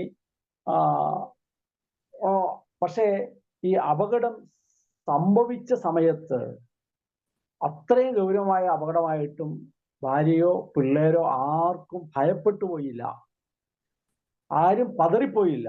അങ്ങനെ ഭയങ്കര നിലവിളിച്ച് കാറിക്കൂവി ഒരുപാട് പ്രയാസങ്ങൾ ഉണ്ടായില്ല. എൻ്റെ ഭാര്യ അത് കഴിഞ്ഞപ്പോൾ മുതൽ പറയുന്ന കാര്യം ഇതാണ്, ആ സംഭവം എൻ്റെ ഓർമ്മയിലേക്ക് പോലും വരുന്നില്ല, അല്ലെങ്കിൽ എൻ്റെ ഭാര്യയ്ക്ക് ഉറങ്ങാൻ പറ്റില്ല. പക്ഷെ വളരെ സ്വസ്ഥമായി അന്ന് രാത്രിയിൽ ഉറങ്ങി. വീട്ടിൽ ചെന്ന് ഈ അപകടമൊക്കെ കഴിഞ്ഞപ്പോഴാണ് ഷിബുവിൻ്റെ ഭാര്യ പറയുന്നത്, അവർ കഴിഞ്ഞിടയ്ക്ക് ധ്യാനത്തിന് പോയി. അപ്പോൾ കൗൺസിലിങ്ങിന് അവരോട് ചോദിച്ചു, വീട്ടിൽ വണ്ടി ഓടിക്കുന്ന ആരെങ്കിലും ഉണ്ടോ? അപ്പോൾ അവള് വിചാരിച്ചത്, ഷിബുവിൻ്റെ ഭാര്യ വിചാരിച്ചത് ഷിബു അതുകൊണ്ട് ഭർത്താവ് ഓടിക്കും എന്ന് പറഞ്ഞു. കാര്യമായി വണ്ടി ഓടിക്കുന്ന ആളുകൾക്ക് വേണ്ടി ഒന്ന് പ്രാർത്ഥിക്കണം കേട്ടോ എന്ന് പറഞ്ഞു. ദൈവത്തിന്റെ ആത്മാവ് നൽകുന്ന സൂചനയാണ്. ദൈവത്തിന്റെ ആത്മാവ് നമ്മളെ സഹായിക്കാൻ നമുക്ക് തരുന്ന സാഹചര്യമാണ്. അപ്പൊ ഈ ദൈവത്തിന്റെ ആത്മാവ് നമ്മുടെ ജീവിതത്തിൽ വരുമ്പോൾ നമുക്ക് നിരാശയുണ്ടാവില്ല, നമുക്ക് പ്രതീക്ഷയും പ്രത്യാശയും ഉണ്ടാകും. നമ്മൾ ഭയപ്പെട്ടു പോകില്ല, നമ്മൾ നഷ്ടധൈര്യരാവുകയില്ല. പരിശുദ്ധാത്മാവാകുന്ന ജീവജലത്തിന്റെ ഉറവയിൽ നിന്ന് സൗജന്യമായി ദൈവത്തിന്റെ ആത്മാവ് നമുക്ക് തരുന്ന ഈ പരിശുദ്ധാത്മാവിനെ സ്വീകരിക്കാൻ നമ്മൾ വളരെ പ്രാർത്ഥനയോടെ ഒരുങ്ങണമെന്ന് വിശുദ്ധ വചനം നമ്മെ ഓർമ്മപ്പെടുത്തുകയാണ്. പ്രിയപ്പെട്ടവരെ, നമ്മൾ പറഞ്ഞു വന്നതെല്ലാം എന്താണ്? ദൈവത്തിന്റെ ആത്മാവ് നമുക്ക് ആവശ്യമാണ്. ഈ ദൈവത്തിന്റെ ആത്മാവിനെ കൂടാതെ നമുക്ക് ക്രൈസ്തവ ജീവിതം മുന്നോട്ട് കൊണ്ടുപോകാനായിട്ട് പറ്റില്ല. ഈ ആത്മാവ് മാമുദിസയിലൂടെ നമ്മുടെ മേൽ വന്നിട്ടുണ്ട്, സ്ഥൈര്യലേപനത്തിലൂടെ ഉറപ്പിക്കപ്പെട്ടിട്ടുണ്ട്, ഒരിക്കലും നമ്മളിൽ നിന്ന് മാറുകയില്ല. പക്ഷെ ഈ ആത്മാവിനെ ജ്വലിപ്പിക്കണം. നമുക്കറിയാം നമ്മൾ അടുപ്പിലെ വിറക് എങ്ങനെയാണ് ജ്വലിക്കുന്നത്. അത് വെച്ച് ഊതി കത്തിച്ച് വരുമ്പോൾ എത്ര പച്ചവിറകായാലും ചുറ്റുമുള്ള ഉണങ്ങിയ വിറകെല്ലാം കത്തി അഗ്നി ഇങ്ങോട്ട് പിടിച്ച് ഈ പച്ചവിറകിനെ ഉണക്കിയെടുത്തിട്ട് അതിനെ കത്തിക്കും. നമ്മുടെ ജീവിതത്തിൽ ഈ ലോകത്തിന്റെ മോഹങ്ങൾ, താല്പര്യങ്ങൾ, ഇഷ്ടങ്ങൾ ഒക്കെയാകുന്ന പച്ചവിറകുണ്ട്. നമ്മുടെ ജഡികതയുടെ, നമ്മുടെ വിചാരവികാരങ്ങളുടെ ഒക്കെ പച്ചപ്പുണ്ട്. ഈ പച്ചപ്പിനെ ഒക്കെ കത്തിച്ച് ചാമ്പലാക്കി ദൈവത്തിന്റെ ഹിതമനുസരിച്ച് മാത്രം ഈ ലോകത്ത് ജീവിക്കാൻ നമ്മെ സഹായിക്കുന്നത് പരിശുദ്ധാത്മാവാണ്, വേറെ ആർക്കും സാധ്യമല്ല. ഈ പരിശുദ്ധാത്മാവിനെ എത്രമാത്രം നാം ദാഹിച്ച് ആഗ്രഹത്തോടെ ചോദിക്കണം, എത്രമാത്രം വിശ്വാസത്തോടെ വിളിച്ചപേക്ഷിച്ച് പിതാവായ ദൈവത്തിന്റെ ആത്മാവിനെ നമ്മളിൽ സജീവമാക്കണം, എത്രമാത്രം ഒരുക്കത്തോടെ നാം വീണ്ടും വീണ്ടും നമ്മുടെ പാപാവസ്ഥ, നമ്മുടെ ജീവിതത്തിൽ വന്നുപോയ വീഴ്ചകൾ കണ്ടെത്തി കുമ്പസാരിച്ച് ഈ ആത്മാവ് നമ്മിൽ വന്ന് നിറയാൻ പറ്റുന്ന അനുകൂലമായ സാഹചര്യം നമ്മുടെ ജീവിതത്തിൽ കൊണ്ടുവന്ന് നിറയ്ക്കണം. എത്രമാത്രം തീഷ്ണതയോടെ നമ്മൾ നിരന്തരം ഈ ആത്മാവിന് വേണ്ടി പ്രാർത്ഥിക്കണമെന്നാണ് ഇതെല്ലാം നമ്മെ ഓർമ്മപ്പെടുത്തുന്നത്. ക്രൈസ്തവ ജീവിതം നമ്മുടെ ലക്ഷ്യമാകുന്ന നിത്യജീവിതത്തിൽ നമ്മളെ എത്തിക്കുന്നത് ഈ ആത്മാവിന്റെ കൈപിടിക്കുന്നത് കൊണ്ടാണ്. അവിടുന്ന് നിത്യ സഹായകനാണ്, അവിടുന്ന് സത്യാത്മാവാണ്. അവിടുന്ന് വരുമ്പോഴേ സത്യത്തിന്റെ പൂർണ്ണതയിലേക്ക് നമുക്ക് വളരാനാവൂ. അവിടുന്ന് ജീവന്റെ ആത്മാവാണ്. ആ ആത്മാവ് വരുമ്പോഴാണ് നമുക്ക് ജീവൻ ഉണ്ടാകുന്നത്. പ്രിയപ്പെട്ടവരെ, നമ്മൾ ജോഷിയച്ചൻ ഇന്ന് എത്തില്ല, കാരണം അച്ഛന് പുതിയൊരു ഉത്തരവാദിത്വം കൂടെ ഉള്ളത് കൊണ്ട് അച്ഛൻ പഠിപ്പിക്കുന്ന കുട്ടികളുടെ സ്പിരിച്വൽ ഫാദറും കൂടെ ആയതുകൊണ്ട് രാവിലെ എത്തുക ബുദ്ധിമുട്ടാണെന്ന് പറഞ്ഞ് അച്ഛന്റെ വിഷയം കൂടെ ഒന്ന് സൂചിപ്പിച്ച് ഞാൻ അവസാനിപ്പിക്കാം. ഈ പരിശുദ്ധാത്മാവ് നമ്മുടെ കുടുംബത്തെ എങ്ങനെ സഹായിക്കുന്നു എന്നുള്ളതാണല്ലോ. നമ്മുടെ കുടുംബ പ്രാർത്ഥനയിൽ കുറച്ച് സമയം ഒരുമിച്ച് പരിശുദ്ധാത്മാവിനാൽ നിറയാനായിട്ട് നമ്മൾ പ്രാർത്ഥിക്കണം. നമ്മുടെ മറ്റു കുടുംബ പ്രാർത്ഥനകളെല്ലാം ഉണ്ട്. ഒപ്പം ഇപ്പൊ ഞാൻ എൻ്റെ വീട്ടിൽ സാധാരണ കുടുംബ പ്രാർത്ഥനയിൽ ചെയ്യുന്നത്, അതിന്റെ അവസാന സമയം നമ്മൾ സ്തുതിച്ച് നന്ദി പറഞ്ഞ്, ഈ ആത്മാവ് പറയാനുള്ള എനിക്ക് പലപ്പോഴും അനുഭവപ്പെട്ടുള്ള ഒരു വേദിയാണ്, നമ്മൾ കുടുംബം എല്ലാ ദിവസവും ദൈവം നൽകുന്ന അനുഗ്രഹങ്ങളെ ഉറക്കെ വിളിച്ചു പറഞ്ഞ് നന്ദി പറഞ്ഞ് സ്തുതിക്കുക. യേശുവിന്റെ കണ്ണുകളിലൂടെ എന്നുള്ളൊരു പുസ്തകം, അതിൽ കാണുന്നത് ഈ ശിഷ്യന്മാരെല്ലാം ആത്മാവിനാൽ നിറഞ്ഞു വളരുന്നത് യേശുവിന്റെ കൂടെ നിന്ന് ദൈവം നൽകിയ അനുഗ്രഹത്തിന് നന്ദി പറഞ്ഞ് സ്തുതിച്ച് പ്രാർത്ഥിക്കുന്നതിലൂടെ ഇങ്ങനെ ആത്മാവിൽ അവർ വളരുന്നത് നമുക്ക് മനസ്സിലാകും. എന്നിട്ട് വീട്ടിൽ ഉത്തരവാദിത്തമുള്ള അപ്പനും അമ്മയും ഈ മക്കളുടെ തലയിൽ കൈവച്ച് എല്ലാ ദിവസവും ആത്മാവിനാൽ നിറയാൻ വേണ്ടി പ്രാർത്ഥിക്കണം. അപ്പൊ സന്ധ്യാപ്രാർത്ഥന അവസാനം എല്ലാവരും വന്ന് ഇങ്ങനെ അടുത്ത് നിൽക്കും, തലയിൽ കൈവച്ച് സ്തുതിച്ച് അവർക്ക് വേണ്ടി പ്രാർത്ഥിക്കും. ഈ അടുത്ത കാലത്ത് ഒരു പുസ്തകം വായിച്ചപ്പോഴാണ് അവരെ അനുഗ്രഹിക്കണം എന്ന് പറഞ്ഞത്. എൻ്റെ കുമ്പസക്കാരക്കാരൻ അച്ഛനും എന്നോട് പല പ്രാവശ്യം പറഞ്ഞു അവരെ അനുഗ്രഹിച്ച് പ്രാർത്ഥിക്കണം. അപ്പൊ എനിക്ക് പലപ്പോഴും ദൈവമേ അനുഗ്രഹിക്കണം എന്ന് പറഞ്ഞാൽ മതിയോ? അപ്പൊ അച്ഛൻ എന്നോട് പറഞ്ഞു തന്നു, അബ്രാഹത്തിന്റെയും ഇസഹാക്കിന്റെയും യാക്കോവിന്റെയും ദൈവം എൻ്റെ മോൻ ആഞ്ചലയോയെ അനുഗ്രഹിക്കട്ടെ. പിതാവിന്റെയും പുത്രനും പരിശുദ്ധാത്മാവും ആകുന്ന ദൈവം എൻ്റെ മോൻ ആഞ്ചലോയെ അനുഗ്രഹിക്കട്ടെ. അങ്ങനെ നമ്മൾ അനുദിനം നമ്മുടെ കൂടെ ജീവിക്കുന്ന മനുഷ്യർക്ക് വേണ്ടി അവരെ ബ്ലസ് ചെയ്ത് അനുഗ്രഹിച്ച് പ്രാർത്ഥിക്കുമ്പോൾ പരിശുദ്ധാത്മാവ് എൻ്റെ കുഞ്ഞിൽ സജീവമാകട്ടെ, ആത്മാവിന്റെ ഹിതം അറിയാൻ എൻ്റെ കുഞ്ഞിനെ ദൈവം ഇടവരുത്തട്ടെ, ഇങ്ങനെയൊക്കെ അനുഗ്രഹിച്ച് നമ്മൾ ആത്മാവിൽ നിറയാൻ പ്രാർത്ഥിക്കുമ്പോൾ നമ്മുടെ വീടിന്റെ സ്വഭാവം മാറും, നമ്മുടെ വീട്ടിലുള്ളവരുടെ ജീവിത രീതികൾ മാറും. നമ്മളെ അത്ഭുതപ്പെടുത്തുന്ന വിധം നമ്മുടെ കുടുംബം മുന്നോട്ട് നീങ്ങുന്നത് നമുക്ക് മനസ്സിലാവും. നമുക്ക് വാക്ക് ഭൗതികമായ ബോധ്യമോ അറിവോ ഒന്നും കൊടുത്തത് കൊണ്ടല്ല, അതെല്ലാം ആവശ്യമാണ്. ഭൗതികമായ സമൃദ്ധിയോ സാഹചര്യങ്ങളോ ഉള്ളത് കൊണ്ടല്ല നമ്മുടെ കുടുംബത്തിൽ സന്തോഷവും സമാധാനവും ദൈവം ഏൽപ്പിച്ച നമ്മുടെ ദൗത്യം നിർവഹിച്ച് മുന്നോട്ട് പോകാനാവുന്നത്. ആദ്യം ഞാൻ സൂചിപ്പിച്ചതുപോലെ ഓരോ ദൗത്യ നിർവഹണത്തിന് വേണ്ടി ആത്മാവ് നമ്മെ സഹായിക്കും. ഞാൻ ഒരു ഭർത്താവ് എന്ന നിലയിൽ ഭർത്താവിന്റെ ദൗത്യം നിർവഹിക്കാൻ എൻ്റെ വീട്ടിൽ എന്നെ സഹായിക്കുന്നത് പരിശുദ്ധാത്മാവാണ്. ഞാൻ അപ്പൻ എന്ന നിലയിൽ എനിക്കൊരു ദൗത്യമുണ്ട്, ആ ദൗത്യം നിർവഹിക്കാൻ ദൈവത്തിന്റെ ആത്മാവാണ് എന്നെ സഹായിക്കുക. ഈ ദൈവത്തിന്റെ ആത്മാവ് എന്നിൽ സജീവമാകുന്നതനുസരിച്ച് എൻ്റെ ഈ ദൗത്യം എൻ്റെ കുടുംബത്തിൽ പൂർത്തിയാക്കാൻ എനിക്കിടയാകും. അപ്പം വീട്ടിലെ അടുക്കളയിൽ അരിയിടാൻ പോകുന്ന അമ്മ പരിശുദ്ധാത്മാവായ ദൈവമേ നിന്നോട് ചേർന്ന് ഈ ഭക്ഷണം പാകം ചെയ്യാൻ എന്നെ സഹായിക്കണമേ എന്ന് പ്രാർത്ഥിച്ചാൽ ആ ഭക്ഷണത്തിന്റെ രുചിക്ക് വ്യത്യാസം ഉണ്ടാകും. ആ ഭക്ഷണം കഴിക്കുന്ന ആളുകളുടെ ജീവിതം വ്യതിയാനപ്പെടും. നമ്മൾ കുഞ്ഞിന്റെ യൂണിഫോം തേക്കുകയാണ് സ്കൂളിൽ പോകാൻ. അപ്പം പരിശുദ്ധാത്മാവെ ഈ യൂണിഫോം ഇട്ട് കുഞ്ഞ് പോകുമ്പോ കുഞ്ഞിനെ നീ സംരക്ഷണമായി കുഞ്ഞിന്റെ കൂടെ ഉണ്ടാകണമേ, മറ്റ് അപകടങ്ങളിൽപ്പെടാതെ, ദുഷ്ടാരൂപികളുടെ ഉപദ്രവം ഉണ്ടാകാതെ, മറ്റ് ലഹരി വസ്തുക്കൾക്കും മറ്റു കാര്യങ്ങളിലും തെറ്റായ കൂട്ടുകെട്ടിലും പോകാതെ ഈ കുഞ്ഞിനെ പൊതിഞ്ഞ് സൂക്ഷിക്കണമെന്ന് പ്രാർത്ഥിച്ചിട്ടാണ് യൂണിഫോം ധരിച്ചിടിക്കുന്നതെങ്കിൽ നമുക്കത് മനസ്സിലാവും, ആ കുഞ്ഞിനെ തൊടാൻ പറ്റില്ല. അപ്പം നമ്മുടെ കൂടെയുള്ള ദൈവം നമ്മുടെ കയ്യിൽ ഏൽപ്പിച്ച മനുഷ്യരുടെ ചുറ്റും ഈ വലിയ രക്ഷയുടെ കവചം, സൗഖ്യത്തിന്റെ കവചം, വലിയ ഒരു ആത്മാവിന്റെ കൃപാവരം നമുക്ക് ഒരുക്കി കൊടുക്കാൻ പറ്റും. പഴയ പുസ്തകത്തിൽ നമ്മൾ വായിക്കുന്നുണ്ടല്ലോ, എൻ്റെ ഭവനത്തിൽ ദുഷ്ടർ കയറിയിറങ്ങി നടക്കാതിരിക്കേണ്ടതിന് എൻ്റെ ഭവനത്തിന് ചുറ്റും വേലി കെട്ടണമേ. പരിശുദ്ധാത്മാവായ ദൈവത്തിന്റെ വേലിക്കെട്ടിൽ ഭർത്താവ് എന്ന നിലയിൽ ഞാൻ എൻ്റെ ഭാര്യയെ ആക്കണം, അപ്പൻ എന്ന നിലയിൽ എൻ്റെ മക്കളെ ഞാൻ ആക്കണം, എൻ്റെ ശുശ്രൂഷ എന്ന നിലയിൽ എന്നോടൊപ്പം ശുശ്രൂഷ ചെയ്യുന്നവരെ ഞാൻ ആക്കണം, ഞാൻ എന്നെ തന്നെയും ഈ പരിശുദ്ധാത്മാവാകുന്ന വേലിക്കെട്ടിനുള്ളിലാക്കണം. എന്നിട്ട് പറയണം, ദുഷ്ടർ കയറി ഇറങ്ങി വസിക്കാതിരിക്കാൻ പരിശുദ്ധാത്മാവെ എൻ്റെ ബുദ്ധിയിൽ നീ വേലി കെട്ടണം, എൻ്റെ ചിന്തയിൽ നീ വേലി കെട്ടണം, എൻ്റെ വിചാരവികാരങ്ങളിൽ നീ വേലി കെട്ടണം. അങ്ങനെ നമ്മുടെ കുടുംബത്തെ ഈ പരിശുദ്ധാത്മാവിന്റെ കോട്ടയ്ക്കുള്ളിൽ നമുക്ക് നിർത്താനാകും. അതുകൊണ്ടാണ് ദാനിയേൽ പോയി സിംഹക്കുഴിയിൽ വീണു, ദൈവത്തിന്റെ ആത്മാവ് കോട്ട കെട്ടി. കത്തി ജ്വലിക്കുന്ന അഗ്നികുണ്ഡത്തിന്റെ നടുക്ക് നിർത്തി, സുന്ദരമായ AC ആയി അവിടെ മാറി. നമ്മൾ ഭയപ്പെടേണ്ട കാര്യമില്ല. ജീവിതത്തിൽ നാമും നമ്മുടെ കുടുംബവും ഏത് വഴിയിലൂടെ സഞ്ചരിച്ചാലും, ഞാൻ പറയുന്നത് എനിക്കുണ്ടായ അപകടത്തിൽ എനിക്ക് ഈ കഴിഞ്ഞ ദിവസങ്ങളിലൂടെയൊക്കെ രാത്രി ഞാൻ ഓർക്ക ചെയ്തേ, ആ അപകടം നടന്ന സ്ഥലത്ത് അതിന് 2 ആഴ്ച മുമ്പ് ഇതേപോലെ വണ്ടി ഇടിച്ച് ഇപ്പോൾ ഒരു ഇലക്ട്രിക് പോസ്റ്റ് തകർത്തു, ഒരാൾ മരിച്ചു. എൻ്റെ ആക്സിഡന്റ് കഴിഞ്ഞ് പിറ്റേ ദിവസമാണ് ഞാൻ അവിടെയുള്ള KCBയിൽ പോകുന്നത്. അവിടെ എത്തിയപ്പോൾ KCB പറഞ്ഞു, ഇന്നലെ അവിടെ ഇങ്ങനെ ഒരു അപകടം നടന്നു, ബൈക്കുകാരൻ മരിച്ചു. ഞാൻ വണ്ടി എൻ്റെ സൈഡിൽ നിന്ന് നേരെ ഓപ്പോസിറ്റ് സൈഡിലെത്തി. അതിനിടയിൽ ഒരു ബൈക്കും ഒരു വണ്ടിയും വേറെ വന്ന് അപകടം ഉണ്ടാകാതിരിക്കാൻ പരിശുദ്ധാത്മാവ് കോട്ട കെട്ടിയെന്ന്. എനിക്കെതിരെ വന്ന വണ്ടി മാക്സിമം ഇപ്പുറത്തേക്ക് വരാൻ ദൈവത്തിന്റെ ആത്മാവ് ആ വണ്ടിക്കാരനെ ഉപയോഗിച്ചു. ഞങ്ങളെ പോസ്റ്റൽ വണ്ടി ഇടിക്കുമ്പോഴാണ് എല്ലാവരും ഞെട്ടി. കാരണം നമുക്ക് നമ്മുടെ മൈൻഡെല്ലാം മാറി നിന്നു. പരിശുദ്ധാത്മാവ് നമ്മളെ സഹായിക്കും, നമ്മൾ നഷ്ടതയിലാകാതിരിക്കുക. അപ്പൊ നമ്മുടെ കുടുംബത്തെ കൈപിടിക്കുന്ന ആത്മാവാണ്, കുടുംബത്തെ ബലപ്പെടുത്തുന്ന ആത്മാവാണ് ഈ പരിശുദ്ധാത്മാവായ ദൈവം. ഇന്ന് നമ്മൾ കേരളത്തിന് ചുറ്റുപാട് നോക്കുമ്പോൾ എത്രയോ കുടുംബങ്ങളാണ് വളരെ പെട്ടെന്ന് ആത്മഹത്യ ചെയ്യുന്നത്.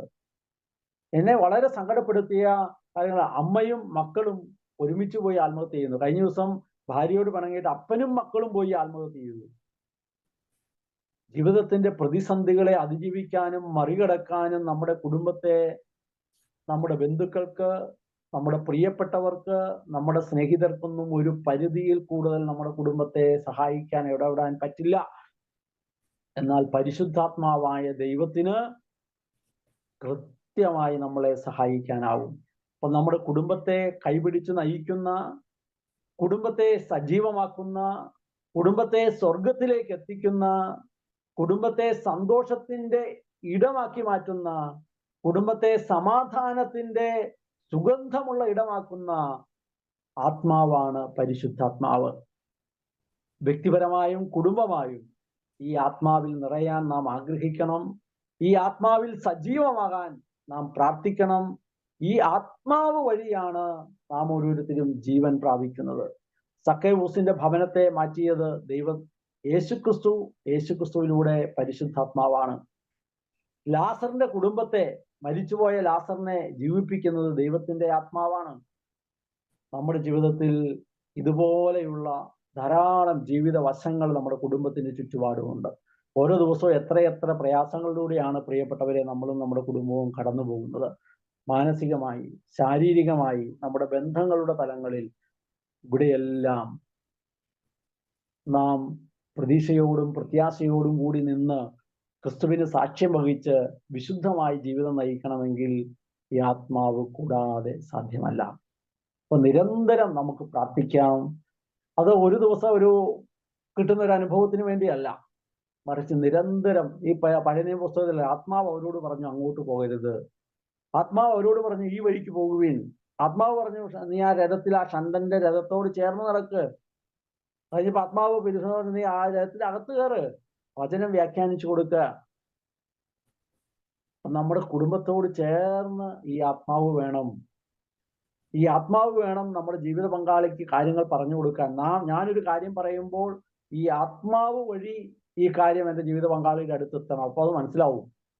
നമ്മൾ പലപ്പോഴും പറയുന്നതാണ്, കാരണവന്മാർ പറയുന്നത് മക്കൾക്ക് മനസ്സിലാകുന്നില്ല, മക്കൾ പറയുന്നത് കാരണവന്മാർക്ക് മനസ്സിലാകുന്നില്ല, മരുമക്കൾ പറയുന്നത് അമ്മായിപ്പനും അമ്മായിമ്മയ്ക്കും മനസ്സിലാകുന്നില്ല, അമ്മായിപ്പനും അമ്മായിമ്മയും പറയുന്നത് മരുമക്കൾക്ക് മനസ്സിലാകുന്നില്ല. ഇത് മനസ്സിലാക്കുന്നത് പരിശുദ്ധാത്മാവാണ്, നമ്മുടെ ഭാഷയല്ല. അപ്പം ഈ ആത്മാവ് സജീവമാകാൻ നമ്മൾ നന്നായി അനുദിനം പാപത്തിൽ വീണാലുടൻ കുമ്പസാരിക്കണം. പിതാവായ ദൈവം ചോദിച്ചാൽ തരുന്ന ഏറ്റവും വലിയ സമ്മാനമാണ് പരിശുദ്ധാത്മാവെന്ന് വിശ്വസിച്ച് നിരന്തരം ചോദിക്കണം. വെള്ളം കിട്ടാതെ നീർച്ചാൽ തേടുന്ന മാൻപേടയെ പോലെ ദാഹിച്ച് ആഗ്രഹിച്ച് വിശ്വസിച്ച് വിളിച്ചപേക്ഷിക്കണം. ഈ ആത്മാവിന്റെ കോട്ടയ്ക്കുള്ളിൽ നമ്മുടെ ഭവനത്തെ കൊണ്ടുവന്ന് നിർത്തണം. ഈ ആത്മാവിന്റെ നടുമുറ്റത്ത് നമ്മുടെ കുടുംബത്തെ നമ്മൾ കൊണ്ടുവന്ന് ഉറപ്പിക്കണം. മാതാവും യൂസപിതാവും കടന്നുപോയതുപോലെ ഒരു കുടുംബവും ഇന്നോളം പ്രതിസന്ധിയിലൂടെ കടന്നുപോയിട്ടില്ല. പക്ഷേ അവർ ആ കുടുംബത്തെ മുന്നോട്ട് കൊണ്ടുപോയത് എങ്ങനെയാണ്? ഈ ആത്മാവ് കൊടുത്ത പ്രേരണ അനുസരിച്ച് ആത്മാവിന്റെ കൃപാവരത്തിൽ നിന്ന് മാതാവും യൂസപിതാവും ജീവിച്ചതുകൊണ്ടാണ്. നമ്മളും അതുപോലെ ജീവിക്കണം. വിശുദ്ധരായ ധാരാളം അനുഭവങ്ങൾ നമ്മുടെ മുമ്പിൽ വിശുദ്ധരുടെ ജീവിതങ്ങളുണ്ട്. ഈ വിശുദ്ധരുടെ ജീവിതങ്ങളൊക്കെ വായിക്കുകയും പഠിക്കുകയും ചെയ്യുമ്പോൾ ദൈവത്തിന്റെ ആത്മാവ് നമ്മെ ഓർമ്മപ്പെടുത്തുന്നത് ഞാൻ നിന്റെ കൂടെയുണ്ട് എന്നാണ്. ഞാൻ നിന്റെ കുടുംബത്തിന്റെ കൂടെയുണ്ട് എന്നാണ്. നമ്മുടെ ജോഷിയച്ചൻ എത്തിയിട്ടുണ്ട്. ജോഷിയച്ച ഞാൻ ജോഷിയച്ചന് പറയാം. ജോഷിയച്ചൻ പരിശുദ്ധാത്മാവ് കുടുംബത്തിൽ എന്ന വിഷയത്തിലേക്ക് അച്ഛൻ നല്ല, കാരണം സെമിനാരി അതിന്റെ ഉത്തരവാദിത്തങ്ങൾ അച്ഛന് രാവിലെ കുർബാന എല്ലാം ഉണ്ടെങ്കിൽ അച്ഛൻ എത്തി ഞാൻ നിർത്തുകയാണ്. അച്ഛന്റെ സമയത്ത് അച്ഛൻ അടുത്ത കാര്യങ്ങളുണ്ടല്ലോ. ഓക്കെ അച്ഛ, സ്നേഹപൂർവ്വം ഇവർ സ്വാഗതം ചെയ്യുന്നുണ്ടെങ്കിൽ ഞാൻ എൻ്റെ വിഷയം അവസാനിപ്പിച്ച് അച്ഛനിലേക്ക് കൈമാറുകയാണ്. ദൈവം അനുഗ്രഹിക്കട്ടെ. ആമേൻ. താങ്ക് യു ജോഷിയച്ചൻ. ഞങ്ങൾക്ക് ക്ലാസ് എടുക്കുമല്ലോ ജോഷിയച്ച. Okay, thank you. ഈശോമിശിഹായിരിക്കട്ടെ. ഇവിടെ ഒരു നമ്മള് പരിശുദ്ധാത്മാവിനെ കുറിച്ച് ധ്യാനിക്കുകയാണ്. പ്രത്യേകിച്ച് കുടുംബത്തിൽ, പരിശുദ്ധാത്മാവ് കുടുംബത്തിൽ എന്നൊരു വിഷയം നിങ്ങളൊന്ന് ആലോചിച്ച് നോക്ക്. എന്താണ് ഒരു കുടുംബം എന്ന് ചോദിച്ചാൽ, എന്താണ് ഒരു വീട് എന്ന് ചോദിച്ചാൽ, പരിശുദ്ധാത്മാവിന്റെ ആലയങ്ങളുടെ കൂട്ടായ്മയാണ് ഒരു വീട് അല്ലെങ്കിൽ ഒരു കുടുംബം എന്ന് പറയേണ്ടി വരും. അതായത് പല ആലയങ്ങളുടെ ഒരു ഒത്തുവാസമാണ് ഒരു കുടുംബം. പരിശുദ്ധാത്മാവിന്റെ ആലയമാണ് അപ്പൻ, പരിശുദ്ധാത്മാവിന്റെ ആലയമാണ് അമ്മ, പരിശുദ്ധാത്മാവിന്റെ ആലയമാണ് മക്കള്, പരിശുദ്ധാത്മാവിന്റെ ആലയമാണ് അപ്പൂപ്പനും അമ്മൂമ്മയും. അങ്ങനെ പരിശുദ്ധാത്മാവിന്റെ ആലയങ്ങളായ വ്യക്തികൾ ഒന്നിച്ച് വസിക്കുന്ന ഇടമാണ് ഒരു കുടുംബം. ഒന്ന് ആലോചിച്ച് നോക്കുക. പരിശുദ്ധാത്മാവിന്റെ നിറവുള്ള, തികവുള്ള ഇടമാണ് കുടുംബം. ആ രീതിയിൽ നമ്മൾ ഒന്ന് നമ്മുടെ ചിന്തകളെ കൊണ്ടുപോയിരുന്നെങ്കിൽ,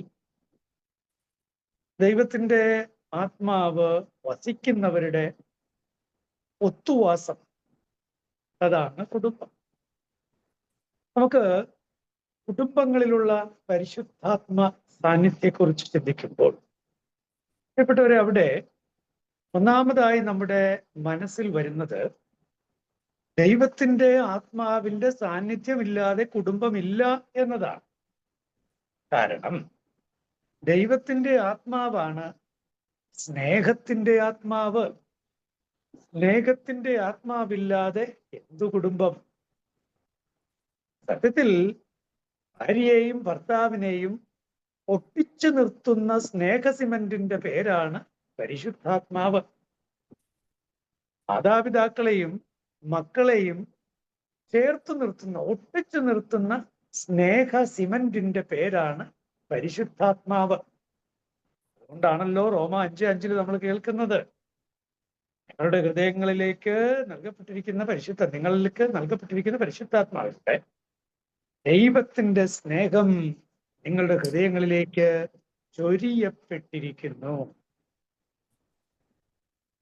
അപ്പോൾ ഈ സ്നേഹം ഓരോ കുടുംബാംഗവും കൂടുതലായി ഏറ്റ് വാങ്ങാൻ ഉത്തരവാദിത്വം. എത്രമാത്രം ഒരു കുടുംബാംഗം പരിശുദ്ധാത്മാവാൽ നിറയുമോ അത്രമാത്രം ആ കുടുംബത്തിന് ആത്മീയമായ ബലം, ശക്തി ഉണ്ടാകും. കുടുംബത്തിലെ ഒരംഗം ആത്മാവിന്റെ നിറവിൽ, തീക്ഷ്ണതയിൽ ജ്വലിക്കാൻ ഇടയായാൽ ആ ജ്വലനം ഒരുപക്ഷെ തണുത്തുറഞ്ഞിരിക്കുന്ന കുടുംബത്തിലെ മറ്റ് അംഗങ്ങളിലേക്ക് തീ ആളിപ്പടർത്താൻ ഇടയാക്കും. അതുകൊണ്ട് കുടുംബത്തിൽ പരിശുദ്ധാത്മാവിന്റെ സാന്നിധ്യത്തെക്കുറിച്ച് പറയുമ്പോൾ ഒന്നാമതായി പറയാൻ ആഗ്രഹിക്കുന്നത് സ്നേഹത്തിന്റെ ആത്മാവ് ആണ് പരിശുദ്ധാത്മാവ്.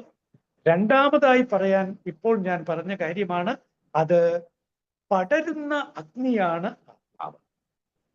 ഒരു കുടുംബത്തിലെ ഒരംഗം ആത്മാവിൽ നിറഞ്ഞ് ജ്വലിച്ച് ജീവിച്ചാൽ അത് പടരും അടുത്ത ആളിലേക്ക്. അങ്ങനെ പ്രിയപ്പെട്ടവരെ, കുടുംബത്തിൽ ആത്മാവിന്റെ അഗ്നി ആളിപ്പടരാനുള്ള ഒരു നിമിത്തമായി മാറാൻ ഓരോരുത്തർക്കും ക്ഷണമുണ്ട്. ഒന്ന് ആലോചിച്ച് നോക്കണം, പരിശുദ്ധാത്മാവ് നമ്മളിൽ എല്ലാവരിലും ഉണ്ട്. പക്ഷെ എന്തുകൊണ്ടാണ് ചിലപ്പോഴെങ്കിലും നമ്മളില് ആത്മപ്രവർത്തനം അതിശക്തമായി ജ്വലിക്കുന്ന അനുഭവത്തിലില്ലാത്തത്? എന്തുകൊണ്ടാണ് ആത്മാവിന്റെ ആ ഒരു ഉണർവ് നമ്മില് പലപ്പോഴും അനുഭവപ്പെടാത്തത്?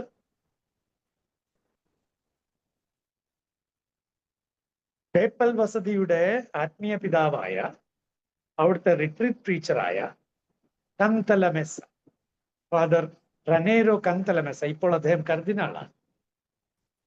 അദ്ദേഹം പറയാണ്, സാക്രമെന്റ്സ് ഓഫ് ഇനീസിയേഷനിലൂടെ മോദീസ, ശുദ്ധ കുർബാന, സ്ഥൈര്യലേപനം, സാക്രമെന്റ്സ് ഓഫ് ഇനീസിയേഷനിലൂടെ ആത്മാവ് സ്വീകരിച്ചിരിക്കുന്നവരാണ് നമ്മൾ. പക്ഷേ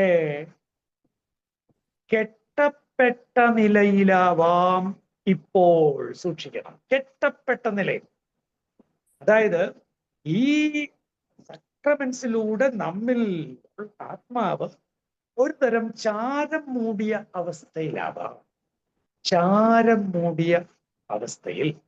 പ്രിയപ്പെട്ടവരെ, പണ്ട് ഇപ്പോഴത്തെ പോലെ കുക്കറോ കാര്യങ്ങളോ ഒന്നും ഇല്ലാത്ത, അല്ലെങ്കിൽ ഹീറ്റർ കാര്യങ്ങളൊന്നും ഇല്ലാത്ത അവസ്ഥയിൽ പണ്ട് നമ്മുടെ അമ്മമാര് ചെയ്തിരുന്ന നമുക്കറിയാം.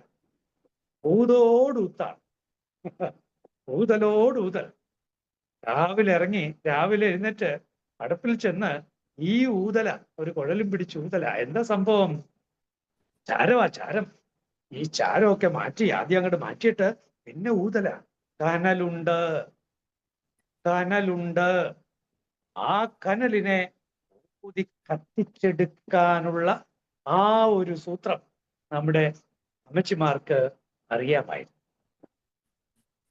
ഈ സൂത്രമാണ് ഇന്ന് ആത്മീയ മേഖലയിൽ നമ്മൾ അറിയേണ്ടത്. ദൈവത്തിന്റെ ആത്മാവ് എന്നിൽ തീർച്ചയായും ഉണ്ട്. പക്ഷേ ചാരം മൂടിയ കനല് പോലെ ദൈവത്തിന്റെ ആത്മാവ് എൻ്റെ കുടുംബാംഗങ്ങളിൽ തീർച്ചയായും ഉണ്ട്. പക്ഷെ ചാരം മൂടിയ കനല് പോലെ. ഊതണം, ഊതണം. ഒരുപക്ഷെ നമ്മൾ മാത്രം ഊതിയാൽ പോരാ. നമ്മുടെ ഭാഗത്തു നിന്നുള്ള ഊതൽ എന്ന് പറയുന്നത് എന്താണ്? സന്നദ്ധതയാണ്.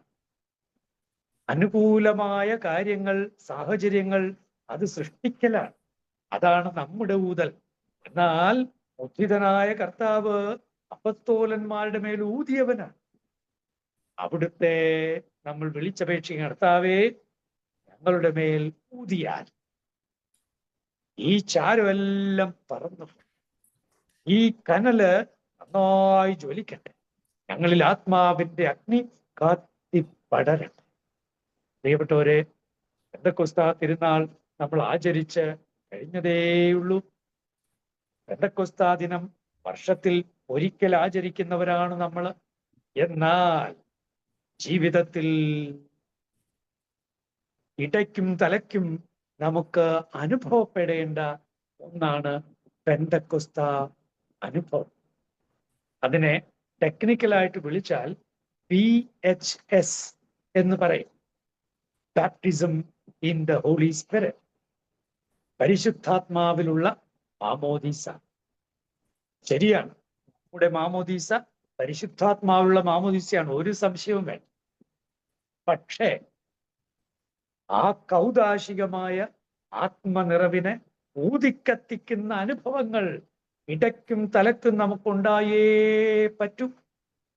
പെന്തക്കോസ്ത് അനുഭവം ഉണ്ടായ ആദിമ സഭയുടെ കാര്യം അപ്പസ്തോല പ്രവർത്തനങ്ങളിൽ വർണ്ണിച്ചിരിക്കുന്നത് നിങ്ങൾ നോക്കൂ.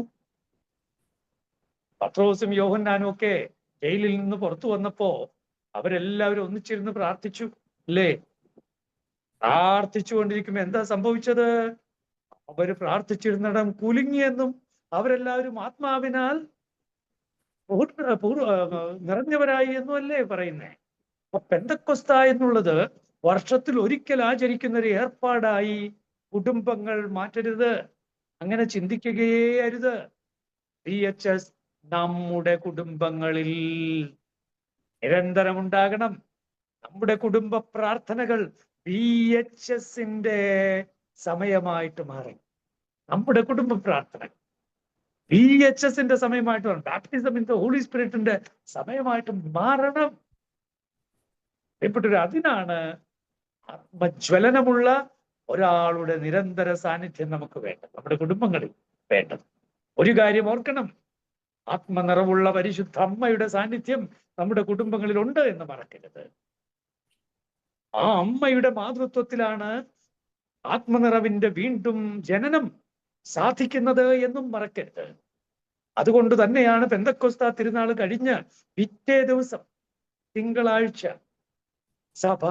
സഭയുടെ മാതാവായ മറിയത്തിന്റെ തിരുനാൾ 2018 മുതൽ ആചരിച്ചു വരുന്നത് എന്നും മറക്കരുത്. ഇതാ നിന്റെ അമ്മ എന്ന് പരിശുദ്ധ അമ്മയെ നോക്കി നമുക്ക് ഈശോ ഏൽപ്പിച്ച് തന്നത് അതിനുവേണ്ടി തന്നെയാണെന്ന് മറക്കരുത്. അതുകൊണ്ട് നമ്മുടെ കുടുംബങ്ങളിൽ ആത്മനിറവിന്റെ പരിശുദ്ധാത്മാവിൽ നിന്നുള്ള വീണ്ടും ജനനത്തിന്റെ മാതൃത്വം വഹിക്കുന്ന പരിശുദ്ധ അമ്മ, ഇതാ നിന്റെ അമ്മയുണ്ട് എന്ന് മറക്കരുത്. അതുകൊണ്ട് പ്രിയപ്പെട്ടവര്, പരിശുദ്ധാത്മാവിനെ കുറിച്ചുള്ള നമ്മുടെ പ്രബോധനത്തിൽ അമ്മയെക്കുറിച്ചുള്ള ചിന്തയും തീർച്ചയായിട്ടും വേണം. കാരണം എന്താണെന്നറിയാവോ? ഈശോയുടെ ജനനത്തിന്റെ, പരിശുദ്ധാത്മാവിൽ നിന്നുള്ള ജനനത്തിന്റെ മാതൃത്വം വഹിച്ചത് അവളാണ്.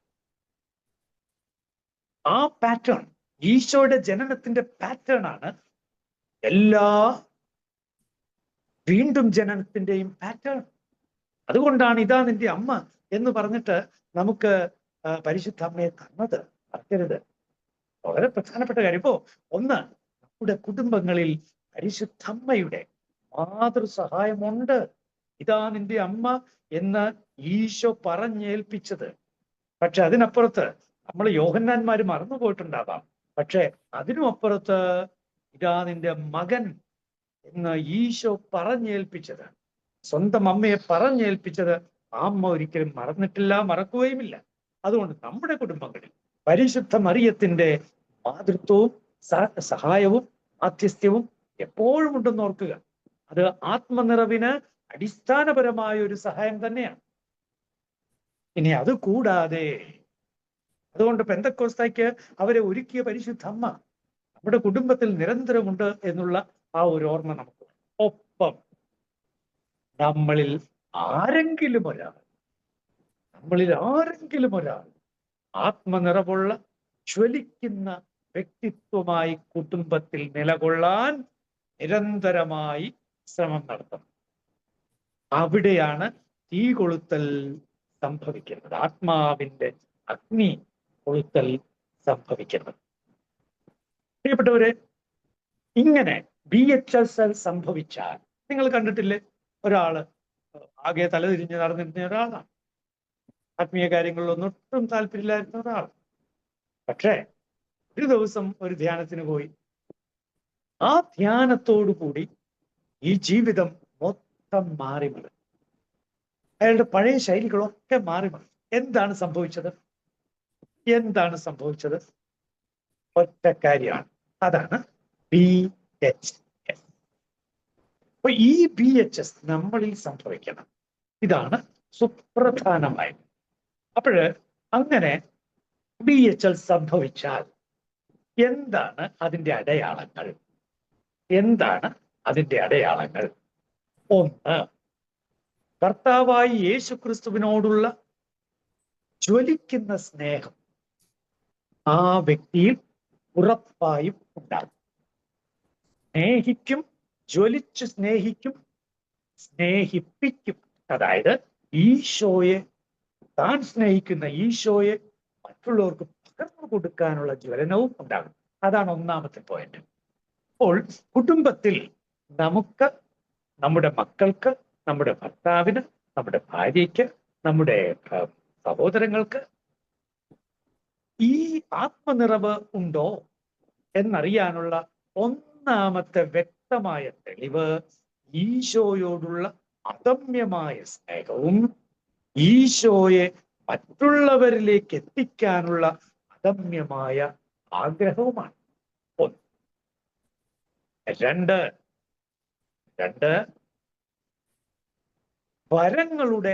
സാന്നിധ്യമാണ്. ഈ കരിസ്മാറ്റിക് ധ്യാനങ്ങളിൽ വരങ്ങളെക്കുറിച്ച് ഒത്തിരിയേറെ ഡിസ്കഷനൊക്കെ നടക്കാറുണ്ട്. പക്ഷേ വരങ്ങളെക്കുറിച്ചുള്ള ഡിസ്കഷൻ എപ്പോഴും എക്സ്ട്രാ ഓർഡിനറിയായ കാര്യങ്ങളെക്കുറിച്ചുള്ളിടത്താണ് തങ്ങി നിൽക്കാറ്. രോഗശാന്തിവരം, അത്ഭുതവരം, ഇതെല്ലാം, അല്ലെങ്കിൽ പ്രവചനവരം, ഭാഷണവരം, ഇങ്ങനെയുള്ള. പ്രിയപ്പെട്ടവരെ, വരങ്ങളെക്കുറിച്ചുള്ള ഗൗരവമായ പഠനങ്ങൾ വെളിപ്പെടുത്തുന്നത് 6-7 ഗ്രൂപ്പുകളിലായി 25ഓളം വരങ്ങൾ ഉണ്ടെന്നാണ്. ഉദാഹരണത്തിന് പാസ്റ്ററൽ കാരിസംസ്. പാസ്റ്ററൽ കാരിസംസ് വളരെ വ്യക്തമാണ്. എന്താ ഇത്? പാസ്റ്ററൽ കാരിസംസ് എന്ന് വെച്ചാൽ എല്ലാവരെയും ഒറ്റ സഭയാക്കി നിലനിർത്താനുള്ള ആ എളുപ്പമുള്ള കാര്യമാണ്. ഒരിടവകയില് ഒരു ചേടുത്തിയുണ്ട്. ആ ചേടുത്തി പള്ളിയില് എല്ലാവരെയും കൂട്ടി നിർത്താൻ വളരെ ശ്രദ്ധയുള്ളയാളാണ്. ആ ചേടുത്തിക്ക് ഒരു പ്രത്യേക കൃപയുണ്ട്. അല്ലെങ്കിൽ എല്ലാ കാര്യങ്ങളും എല്ലാവരും ചേർത്ത് നിർത്താൻ, എല്ലാവരെയും കോർഡിനേറ്റ് ചെയ്യാനൊക്കെയുള്ള കപ്പാസിറ്റി ഉണ്ട്. ഹോസ്പിറ്റാലിറ്റി ഉണ്ട്. അത്തരത്തിൽ പാസ്റ്ററൽ കാരിസംസ് ഈ കഴിഞ്ഞ ഒരു മാസം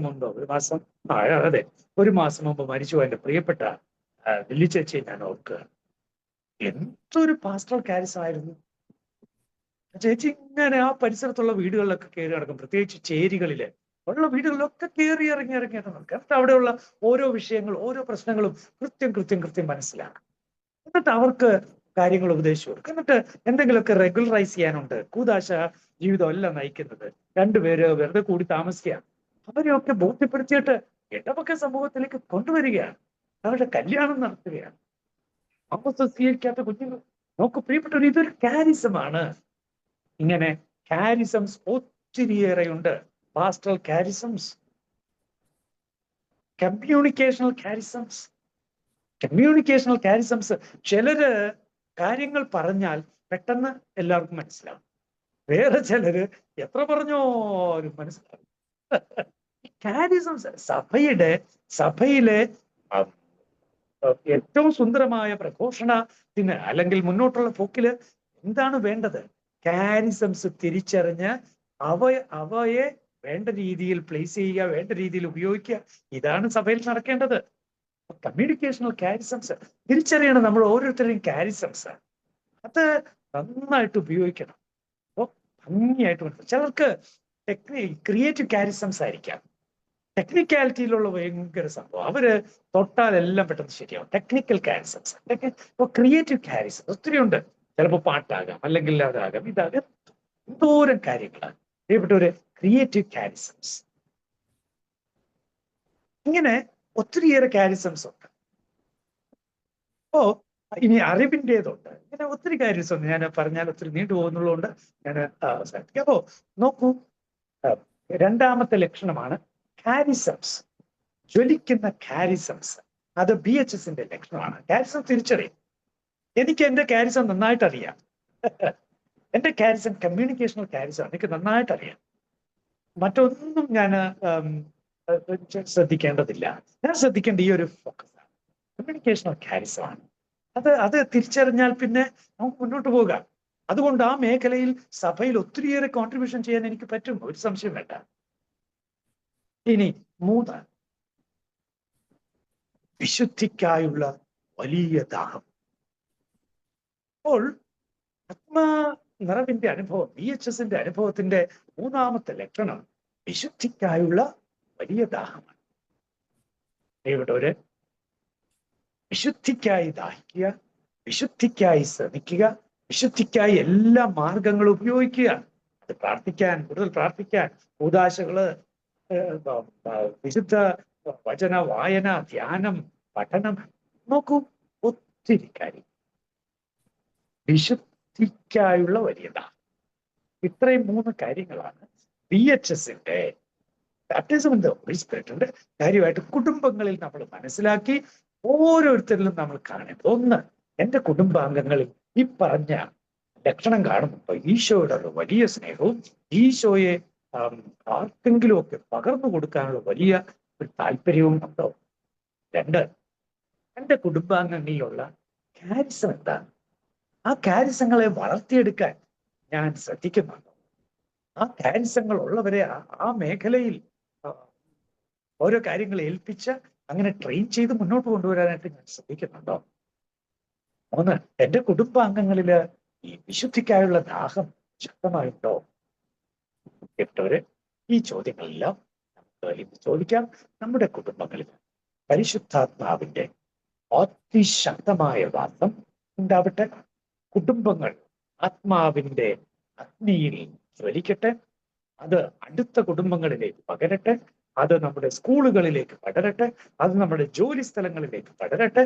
അത് നമ്മുടെ ബന്ധങ്ങളിലേക്ക് പടരട്ടെ. അങ്ങനെ കുടുംബങ്ങൾ ആത്മാവിന്റെ കനലുകൾ എരിയുന്ന ഇടങ്ങളായും ആത്മാവിന്റെ വലിയ അഗ്നിപ്പകർച്ചയുടെ നിമിത്തങ്ങളായും മാറട്ടെ. ദൈവം നിങ്ങളെ സമൃദ്ധമായി അനുഗ്രഹിക്കും. താങ്ക് യു അച്ഛാ. ഞങ്ങൾക്കൊരു ബ്ലെസ്സിംഗ് തരാമോ അച്ഛാ? സ്വർഗസ്ഥനായ ഞങ്ങളുടെ പിതാവേ, അങ്ങയുടെ നാമം പൂജിതമാകണമേ. അങ്ങയുടെ രാജ്യം വരണമേ. അങ്ങയുടെ തിരുമനസ് സ്വർഗത്തിലെ പോലെ നിറവേറണമേ. അന്നു വേണ്ട ആഹാരം ഇന്നും ഞങ്ങൾക്ക് തരണം. ഞങ്ങളോട് തെറ്റ് ചെയ്തിട്ടുണ്ട്, ഞങ്ങളുടെ തെറ്റുകൾ ഞങ്ങളോട് ക്ഷമിക്കണം.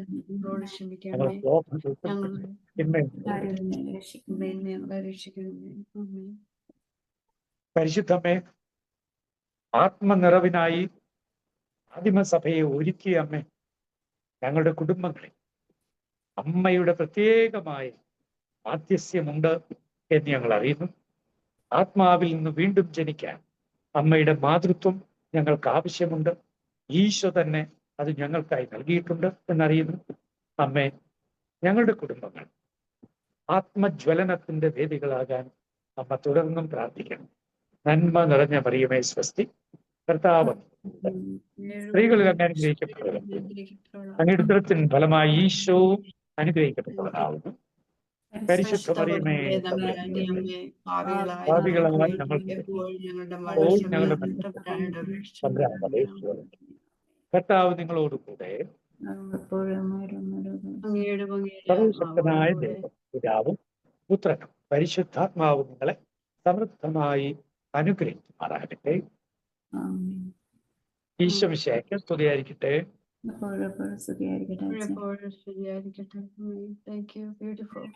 നല്ലൊരു ക്ലാസ് ആയിരുന്നു കേട്ടോ. ഒരു കുടുംബങ്ങളില് പരിശുദ്ധാത്മാവിനെ പറ്റി, പരിശുദ്ധ അമ്മയുടെ സാന്നിധ്യം നമ്മൾ ആഗ്രഹിച്ച് ആദ്യത്തില് നമ്മുടെ കുടുംബങ്ങളിൽ ഒരു വ്യക്തി ഒരാള് തീക്ഷ്ണമായിട്ട് ജ്വലിച്ച് മറ്റുള്ളവരിലേക്ക് പകർന്നു കൊടുക്കാനായിട്ട് അച്ഛൻ തന്ന വലിയൊരു ഉപദേശം, ഒരു ക്ലാസ് നൽകി ഒരുപാട് ഞങ്ങളെ അത് ജീവിത മാർഗത്തിലേക്ക് മാറ്റാനായിട്ട് ഞങ്ങൾക്ക് ഓരോരുത്തർക്കും സാധിക്കട്ടെ എന്ന് ആഗ്രഹിച്ച് പ്രാർത്ഥിക്കുന്ന നല്ലൊരു ക്ലാസ് ആയിരുന്നു കേട്ടോ.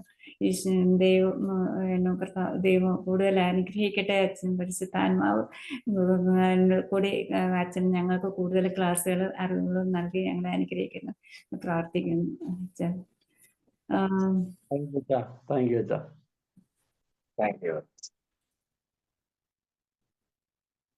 അടുത്തതായിട്ട്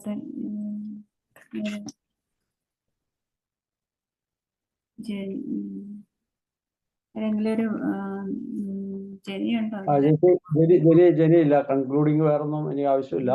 ഒരു കാര്യം മാത്രം ഞാൻ ഓർമ്മപ്പെടുത്തി, നമുക്ക് ഈ ആഴ്ച എപ്പോഴെങ്കിലും ഒരു ദിവസം പരിശുദ്ധാത്മാവിനാൽ കൂടുതൽ നിറയപ്പെടാൻ വേണ്ടി കൂട്ടായ്മയിൽ നമ്മുടെ രാവിലത്തെ പ്രാർത്ഥനയുണ്ടല്ലോ, അത് അങ്ങതിന് വേണ്ടി മാത്രം ഒന്ന് മാറ്റി വെക്കുകയാണെങ്കിൽ എന്നാണെന്ന് എനിക്കൊന്ന് മെസ്സേജ് ഇട്ടാൽ ഞാൻ വരാം. നമ്മുടെ ടീമിൽ ബാക്കിയുള്ളവരോ ആരെങ്കിലും വരാൻ പറ്റുമെങ്കിൽ അവരെയും കൂട്ടാം.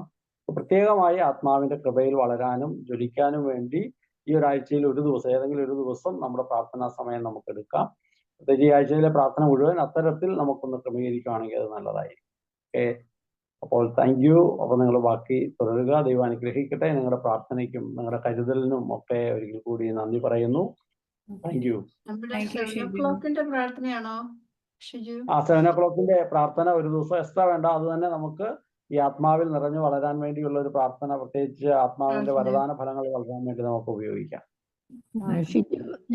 ഷിജുവിനി എന്ന് വീട്ടിലെത്തും? ഞാൻ ഇന്ന് പോകുന്ന ഇന്ന് വൈകുന്നേരം വീട്ടിലെത്തും. ഇന്ന് വീട്ടിലെത്തിയാൽ വൈകുന്നേരം എന്ന് പറഞ്ഞാൽ നിങ്ങൾക്ക് ഫ്രൈഡേ അല്ലേ? ആ എന്താ എന്നിട്ട് മറ്റന്നാളായാ പറ്റുമോ? ശനിയാഴ്ച കുഴപ്പമില്ല, ശനിയാഴ്ച രാവിലെ കുഴപ്പമില്ല. എന്നാ നമുക്കിന്ന് അങ്ങനെ തീരുമാനിക്കാമോ ജമ്മ ചേച്ചി? ശനിയാഴ്ച ചേച്ചി രാവിലെ എന്ന് പറഞ്ഞ ഇവിടെ വെള്ളിയാഴ്ച വൈകിട്ട്, അത് നാളെ. അവിടെ ശനിയാഴ്ച രാവിലെ എന്ന് പറഞ്ഞാൽ നാളെ നാളെ വൈകിട്ട്. നാളെ വെള്ളിയാഴ്ചയും കൂടെ അല്ലേ? പറ്റുവാണെങ്കിൽ ജസീന്റെ എനിക്ക് അടക്കൊണ്ട്. ഡാഡിയുടെ സിസ്റ്റർ മരിച്ചു പോയായിരുന്നു അന്ന്. ഫ്യൂണറിലായോണ്ട് ഈ സാറ്റർഡേ. എവിടെയാണ്? ഇവിടെ ഫിലാഡൽഫിയയില. വീക്ക് ഡേയ്സിലാണ്. അപ്പൊ ഞങ്ങൾ അറിയിക്കാം ഷിജു എന്നാ. ഓക്കെ മെസ്സേജ് ഇട്ടാൽ മതി. എല്ലാ ദിവസവും ഷിജു ഈ ആഴ്ച ഉണ്ടല്ലോ വീട്ടില്? ഇവിടെ അല്ല, ഇവിടെയുള്ള എനിക്കത് കൂടാം, അത് കുഴപ്പമൊന്നുമില്ല. നമ്മുടെ പ്രാർത്ഥനയല്ലേ. നമ്മുടെ ഇന്നത്തെ വന്ന പ്രശ്നം, ഞാനിപ്പോൾ ഇന്നലെയൊക്കെ വണ്ടിയിലൊക്കെ ആയിട്ട് ഇവിടെ വന്നതുകൊണ്ട് എൻ്റെ ഈ ലാപ്ടോപ്പ് ഇല്ലായിരുന്നു. അങ്ങനെ വന്നതുകൊണ്ട് ഈ സ്ലൈഡ് പ്രസന്റേഷന് ബുദ്ധിമുട്ടായി പോയത്. വേറെ കുഴപ്പമില്ല. എന്നാലും ഞങ്ങളോട് കൂടെ കൂടിയത് ഒത്തിരി സന്തോഷം.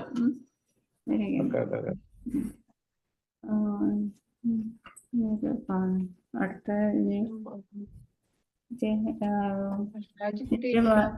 പാട്ട് പാടണോ? ഞാൻ ഇറങ്ങിക്കോട്ടെ. ഞാൻ പ്രാർത്ഥിച്ചോളാം. ഞാൻ ഇറങ്ങിക്കോട്ടെ. Okay thank U. എനിക്ക് തിരിച്ചു പോകാൻ വേണ്ടി നോക്കണം. ഒരു പാട്ട് പാടാവോ? പാടാ. ഓക്കെ, ഒരു സെക്കൻഡ്, ഞാൻ പെട്ടെന്ന് എന്തെങ്കിലും ഒരു പുതിയൊരു ജനം. അവര് ഉറങ്ങിയില്ല, ഇവിടെ കൂടെ ഓടി നടക്കുക. ഒരു സെക്കൻഡ് ചേച്ചി പാടാമേ. ചേച്ചി ഇവനെ ഒരു 5 മിനിറ്റ് നോക്കാമോ? ഒരു പാട്ട് പാടാമേ.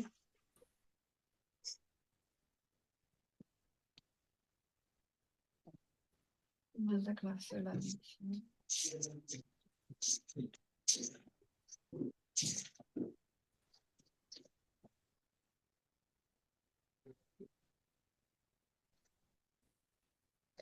ഇപ്പൊ പാടാമേ. ഞാൻ ആ പാട്ടൊന്നും എടുക്കും. പുതിയൊരു ജനനം എന്ന് പറഞ്ഞ പാട്ട് പാടാന്ന് ഓർത്ത് നോക്കുമായിരുന്നു അതിന്റെ.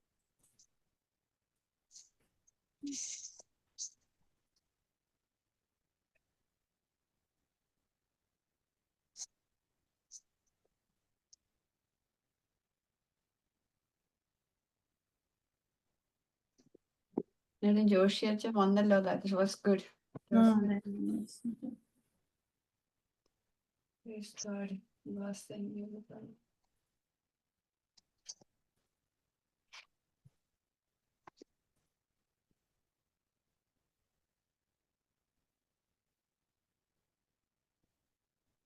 അപ്പൊ എന്നാ നമുക്ക് ഇപ്പൊ അതിന്റെ ഒരു സെക്കൻഡ് ഞാൻ അനൗൺസ്മെന്റിന് ഷാജിക്കുട്ടി കയറിയോ? ഷാജിക്കുട്ടി കയറിയില്ലല്ലോ. എത്തിക്കാണില്ലായിരിക്കും. അപ്പൊ ജമ്മ അതും കൂടെ ഒന്ന് പറഞ്ഞ് പ്രാർത്ഥിച്ചാൽ മതി. നമുക്ക് ഡേറ്റ് നാളെ തീരുമാനിക്കാം. ജസിന്റെ ആന്റി തുടങ്ങട്ടെ.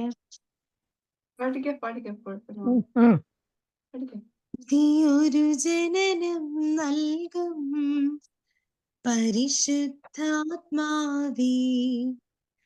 പുതിയൊരു ശക്തിയിലുണരാൻ കൃപ നീ ചൊരിയണമേ. പരിശുദ്ധാത്മാവേ, എന്നിൽ നിറയണമേ, നിറഞ്ഞു കവിയണമേ, കവിഞ്ഞൊഴുകണമേ. പരിശുദ്ധാത്മാവേ എന്നിൽ നിറയണമേ, നിറഞ്ഞു കവിയണമേ, കവിഞ്ഞൊഴുകണമേ. യോർദാൻ നദിയിലന്ന് പറന്നിറങ്ങിയപ്പോ വരദാനങ്ങളുമായി ആഗതനാകണമേ. യോർദാൻ നദിയിലന്ന് പറന്നിറങ്ങിയപ്പോ വരദാനങ്ങളുമായി ആഗതനാകണമേ. മാലിന്യങ്ങളകറ്റി അന്ധതയെല്ലാം നീക്കി വിശ്വാസത്തിലുറയ്ക്കാൻ കൃപ നീ ചൊരിയണമേ. മാലിന്യങ്ങളകറ്റി അന്ധതയെല്ലാം നീക്കി വിശ്വാസത്തിലുറയ്ക്കാൻ കൃപ നീ ചൊരിയണമേ. പരിശുദ്ധാത്മാവേ എന്നിൽ നിറയണമേ, നിറഞ്ഞു കവിയണമേ, കവിഞ്ഞൊഴുകണമേ. പരിശുദ്ധാത്മാവേ എന്നിൽ നിറയണമേ, നിറഞ്ഞു കവിയണമേ, കവിഞ്ഞൊഴുകണമേ. Thank you, Nitya. ഓ താങ്ക് യു നിത്യ, നല്ലൊരു പാട്ടായിരുന്നു കേട്ടോ.